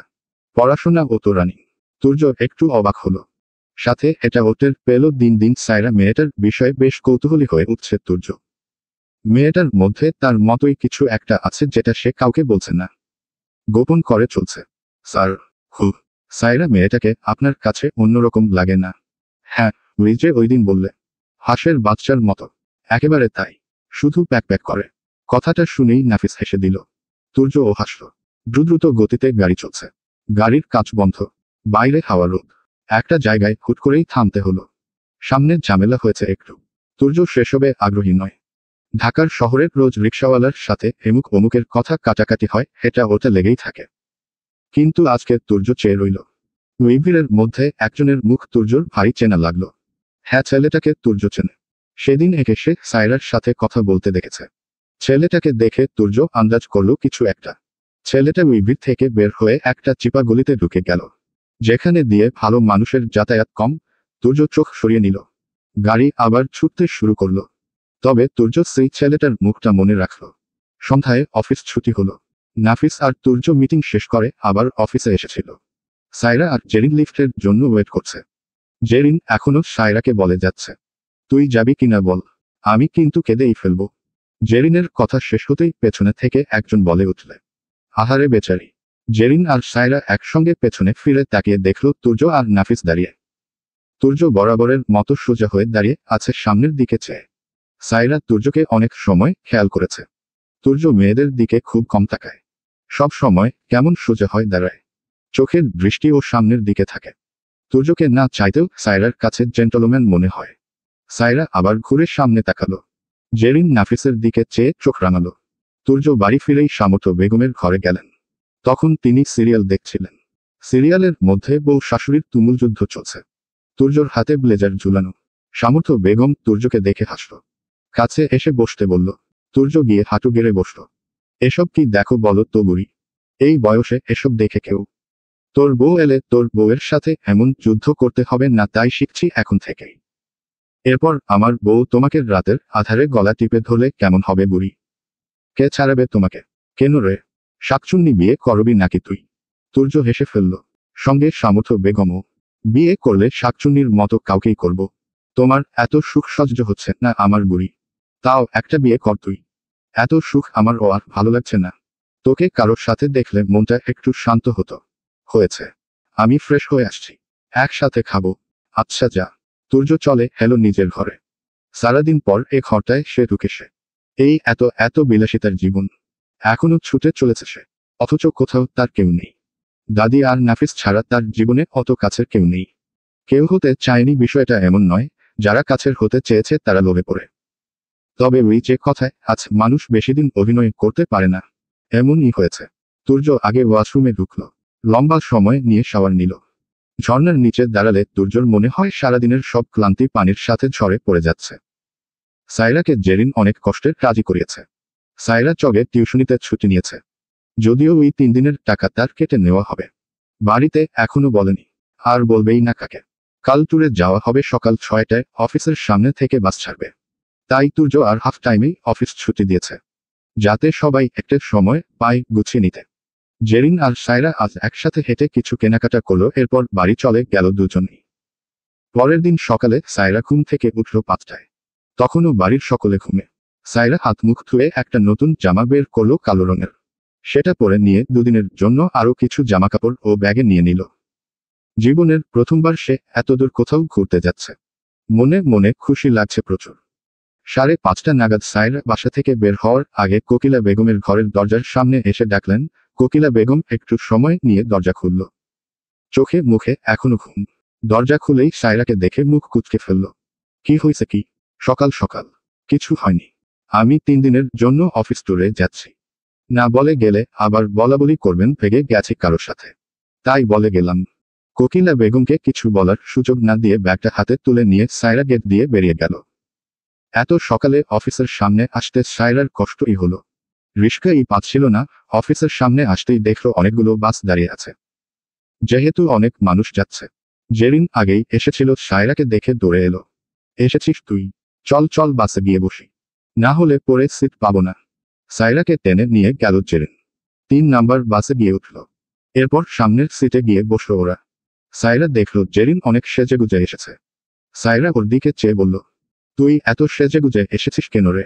জেরিন ওর আর সাইরার ব্যাগগুলো তুলে রাখছিল। সাইরার কথা শুনে ব্যাগ থেকে একটা লিপস্টিক বের করে সাইরার পাশে বসে পড়ল। দেখি তাকা আমার দিকে, একটু সাজুগুজু করবি না তুই? দে একটু লিপস্টিক দিয়ে দেই। এই না, আমি এসব দিব না। জেরিন সাইরাকে জোর করে ধরে লিপস্টিক পরাতে লাগলো। এমন সময় বাসে উঠল নাফিস আর তুর্য। ওরা সামর্থ্য বেগমকে ধরে উঠাচ্ছে। ওদের দেখেই জেরিন আর সাইরা থেমে গেল। ঠোঁটে এখনো ভালো করে লিপস্টিক দেওয়া হয়নি। তুর্য একবার সাইরার দিকে চেয়ে চোখ ফিরিয়ে নিল। সামর্থ্য বেগমকে ধরে উঠানো হলো। এক পাশের সামনের সিটে সাইরা জেরিন বসেছে, আরেক পাশের সামর্থ্য বেগমকে বসানো হলো। সাইরা ততক্ষণে লিপস্টিক মুছে ফেলেছে। জানালার পাশের সিটে জেরিন বসেছে, তার পাশে সাইরা। আরেক পাশে সামর্থ্য বেগম বসে। ৭৯ বছর বয়সী একজন মহিলা। ওনাকে বসিয়ে দিয়ে তুর্য আর নাফিস নেমে গেছে বাস থেকে। জেরিন ছবি তুলছে, সামর্থ্য বেগমের সাথে হাসিনা রয়েছে। সাইরা সামর্থ্য বেগমকে ডাকলেন ভারী উৎসাহ নিয়ে। দাদি। সামর্থ্য বেগম ঘুরে তাকালেন। সাইরাকে দেখে চিনতে পারলেন তিনি। মুখে হাসি টেনে বললেন, আরে মেয়ে তুই কেমন আছিস মেয়ে? সামর্থ্য বেগমের কথা একটু তুতলে যায়। সময় নিয়ে কথা বলে। সাইরা হেসে ওর দিল, আমার নাম সাইরা দাদি। আমি ভালো আছি। আপনার শরীর ভালো? সাইরা, শরীর ভালো বলেই তো ঘুরতে যাচ্ছি রে। নাতি আমাকে অনেক জায়গায় ঘুরিয়েছে বুঝলি। এখন তো পায়ের ব্যথা বেড়েছে, তাও সঙ্গে নিয়ে যাচ্ছে। সাইরা বুঝল তুর্যর কথা বলছে। লোকটার কিছু কিছু দিক এত নিখুঁত লাগে সাইরার কাছে। আজকাল মানুষ বাবা মাকে সময় দেয় না, আর সে তার দাদি ছাড়া কিছু বুঝে না। সাইরা আর সামর্থ্য বেগম গল্প জুড়ে দিয়েছে। তিনি তার ঘুরতে যাওয়ার অভিজ্ঞতা বলছে সাইরার কাছে। সাইরার মনে হচ্ছে কত বছরের চেনা সে সামর্থ্য বেগমের। তখনই তুর্য ওরা এলো। এবার সাথে রুহানিও আছে। একেবারে ম্যাম সাহেব সেজে এসেছে। তুর্য এসে আবার ও সাইরার দিকে তাকালো। সাইরা গল্প বন্ধ করে দিয়ে ঠিক হয়ে বসল। বাসে আগে থেকেই আরো মানুষ ছিল, কারোর জন্য আলাদা কোনো বাস নেওয়া হয়নি। রুহানি সাইরাকে এই বাসে দেখে মহাবিরক্ত। সে চোখ কটমট করে চেয়ে তুর্যকে উদ্দেশ্য করে বলল, আয় একসাথে বসবো। তুর্য সামর্থ্য বেগমের পাশের সিটে গিয়ে বসে বলল, আমি দাদির সাথে বসবো, তুই নাফিসের সাথে বস। রুহানি পিছনের একটা সিটে গিয়ে থপ করে বসে গেল। নাফিস হাসছে মিটমিট করে, নিজেও গিয়ে রুহানির পাশে বসে পড়ল। এবার জমবে মজা, সারা পথ খেপাবে রুহানিকে। সবাই বসলে বাস ছাড়া হলো 6:30টায়। জেরিন একটার পর একটা ছবি তুলেই যাচ্ছে। জানালা দিয়ে হাত বের করে ভিডিও বানাচ্ছে। সাইরা চুপচাপ বসে আছে। বাস চলছে। ভোরবেলার রাস্তাঘাট ফাঁকাই অনেকটা। সাইরা আর পাশে কি হচ্ছে সেদিকে ঘুরেও দেখেনি। তুর্য বসে যেতাই। প্রায় 3-4 ঘন্টা জার্নি করার পর বাস থামলো এক জায়গায়। তখন সকাল 10টা বাজে। নাস্তা করার জন্য খাওয়া যার যার পকেট থেকে টাকা দিয়ে খেতে হবে। সেটা অফিস থেকে বহন করা হবে না। সাইরা সিটের মধ্যে বসেই ঘুমিয়ে পড়েছিল। জেরিন ওকে দেখে তুলো। চোখ খুলে তাকাতেই দেখলো ওর সামনে দিয়ে তুর্য নেমে যাচ্ছে বাস থেকে, সাথে রুহানি। পাশ থেকে আবার নাফিস যেতে যেতে বলল, সাইরা খাতুন জলদি, পরে কিন্তু খাবার পাবা না। সাইরা আর জেরিনও নামলো। একটা বড় হোটেল, সবাই সেখানেই যাচ্ছে। জেরিন আর সাইরাও গেল ভেতরে। সবাই সবার মন মতো খাবার অর্ডার করে খেতে বসেছে। জেরিন সাইরাকে জিজ্ঞেস করল, কি খাবি তুই? কি আর রুটি আর চা হলেই হবে? শুধু রুটি আর চাই। হু, আচ্ছা, তুই বস, গিয়ে আমি অর্ডার দিয়ে আসছি। জেরিন গেল খাবার অর্ডার দিতে। সাইরা একেবারে ভেতরের দিকের একটা টেবিলে গিয়ে বসল। সকাল সকাল ঘুম থেকে উঠায় খুব ক্লান্ত লাগছে। টেবিলের উপর হাত ভাঁজ করে দিয়ে সাইরা মাথা দিয়ে শুয়ে রইল। একটু পরে জেরিন এলো। সাইরা ওর শব্দ পেয়ে মাথা উঠিয়ে ঠিকভাবে বসল। তোর কি খারাপ লাগছে সাইরা? না, ঘুম পাচ্ছে অনেক। খাবার খেয়ে বাসে গিয়ে ঘুমাস। একটু পরেই খাবার দিয়ে গেল। দুজনে গল্প করতে করতে খাচ্ছে। জেরিনের চোখ হুট করেই সামনের দিকে গেল। তুর্য হেঁটে আসছে। এসেই ওদের অপর পাশের সারির একটা টেবিলে বসল, যেখানে আগে থেকেই রুহানি আর নাফিস ছিল। জেরিন চোখ দিয়ে সাইরাকে ইশারা করে ওই টেবিলের দিকে দেখতে বলল, দেখ দেখ, রুহানি ম্যাডাম তুর্য স্যারের পেছনেই ছাড়েন না যেন।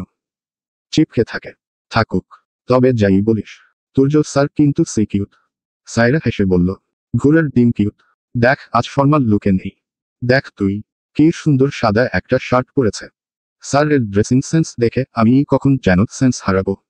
সাইরা তখন চায় চুমুক দিচ্ছিল। জেরিনের কথা শুনে কাশ উঠে গেল ওর।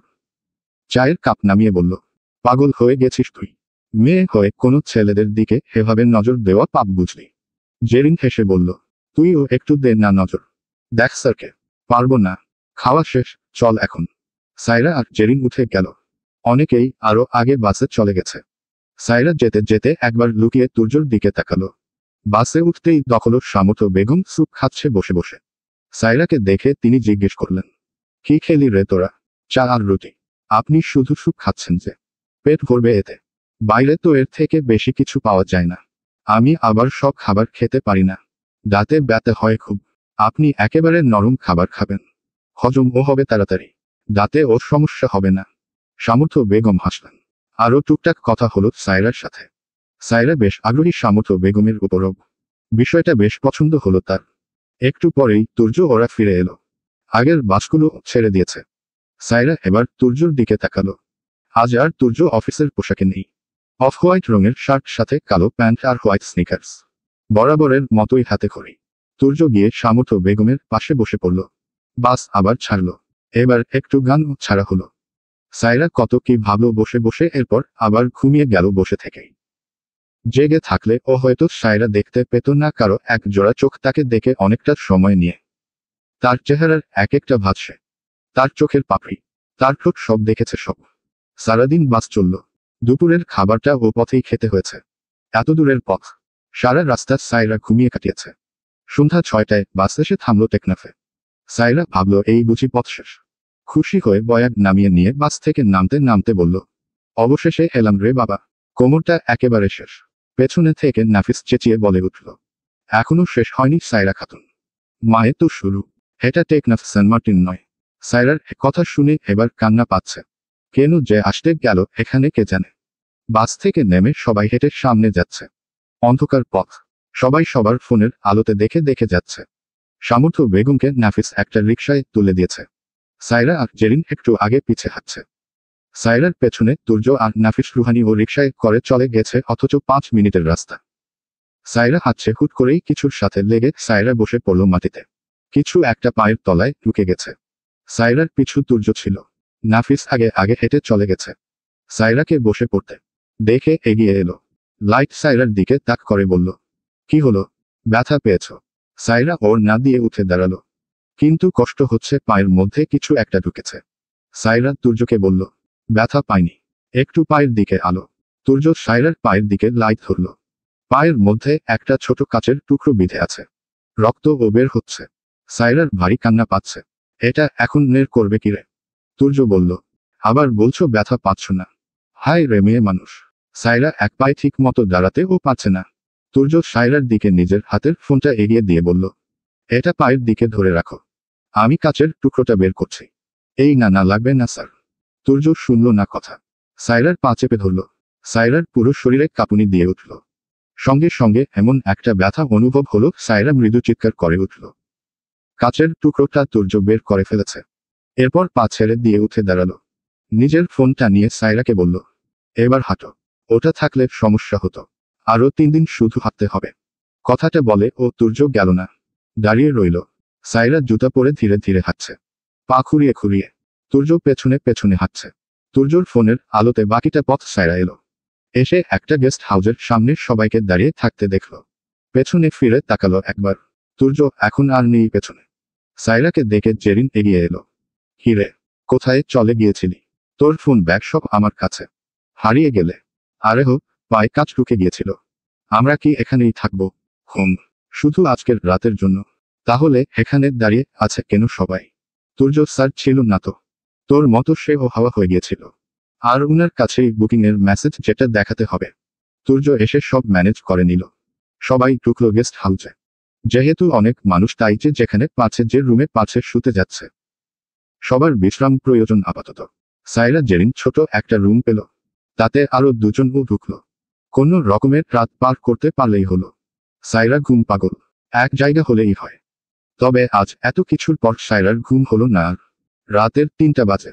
তুর্য বারান্দায় বসে আছে, পাশের খরল সামর্থ্য বেগম আর তাকে দেখভাল করা হাসিনা। রুহানি আগেই আলাদা এক রুম নিয়ে দরজা বন্ধ করে দিয়েছে। তুর্য সেসবে বিরক্ত। ওই মেয়ে কোথাও মানিয়ে চলতে পারে না। এমনি রুম কম, মানুষ বেশি। তুর্য আর নাফিস ছোট একটা রুম নিয়েছে। একজনের বিছানা এটাতে।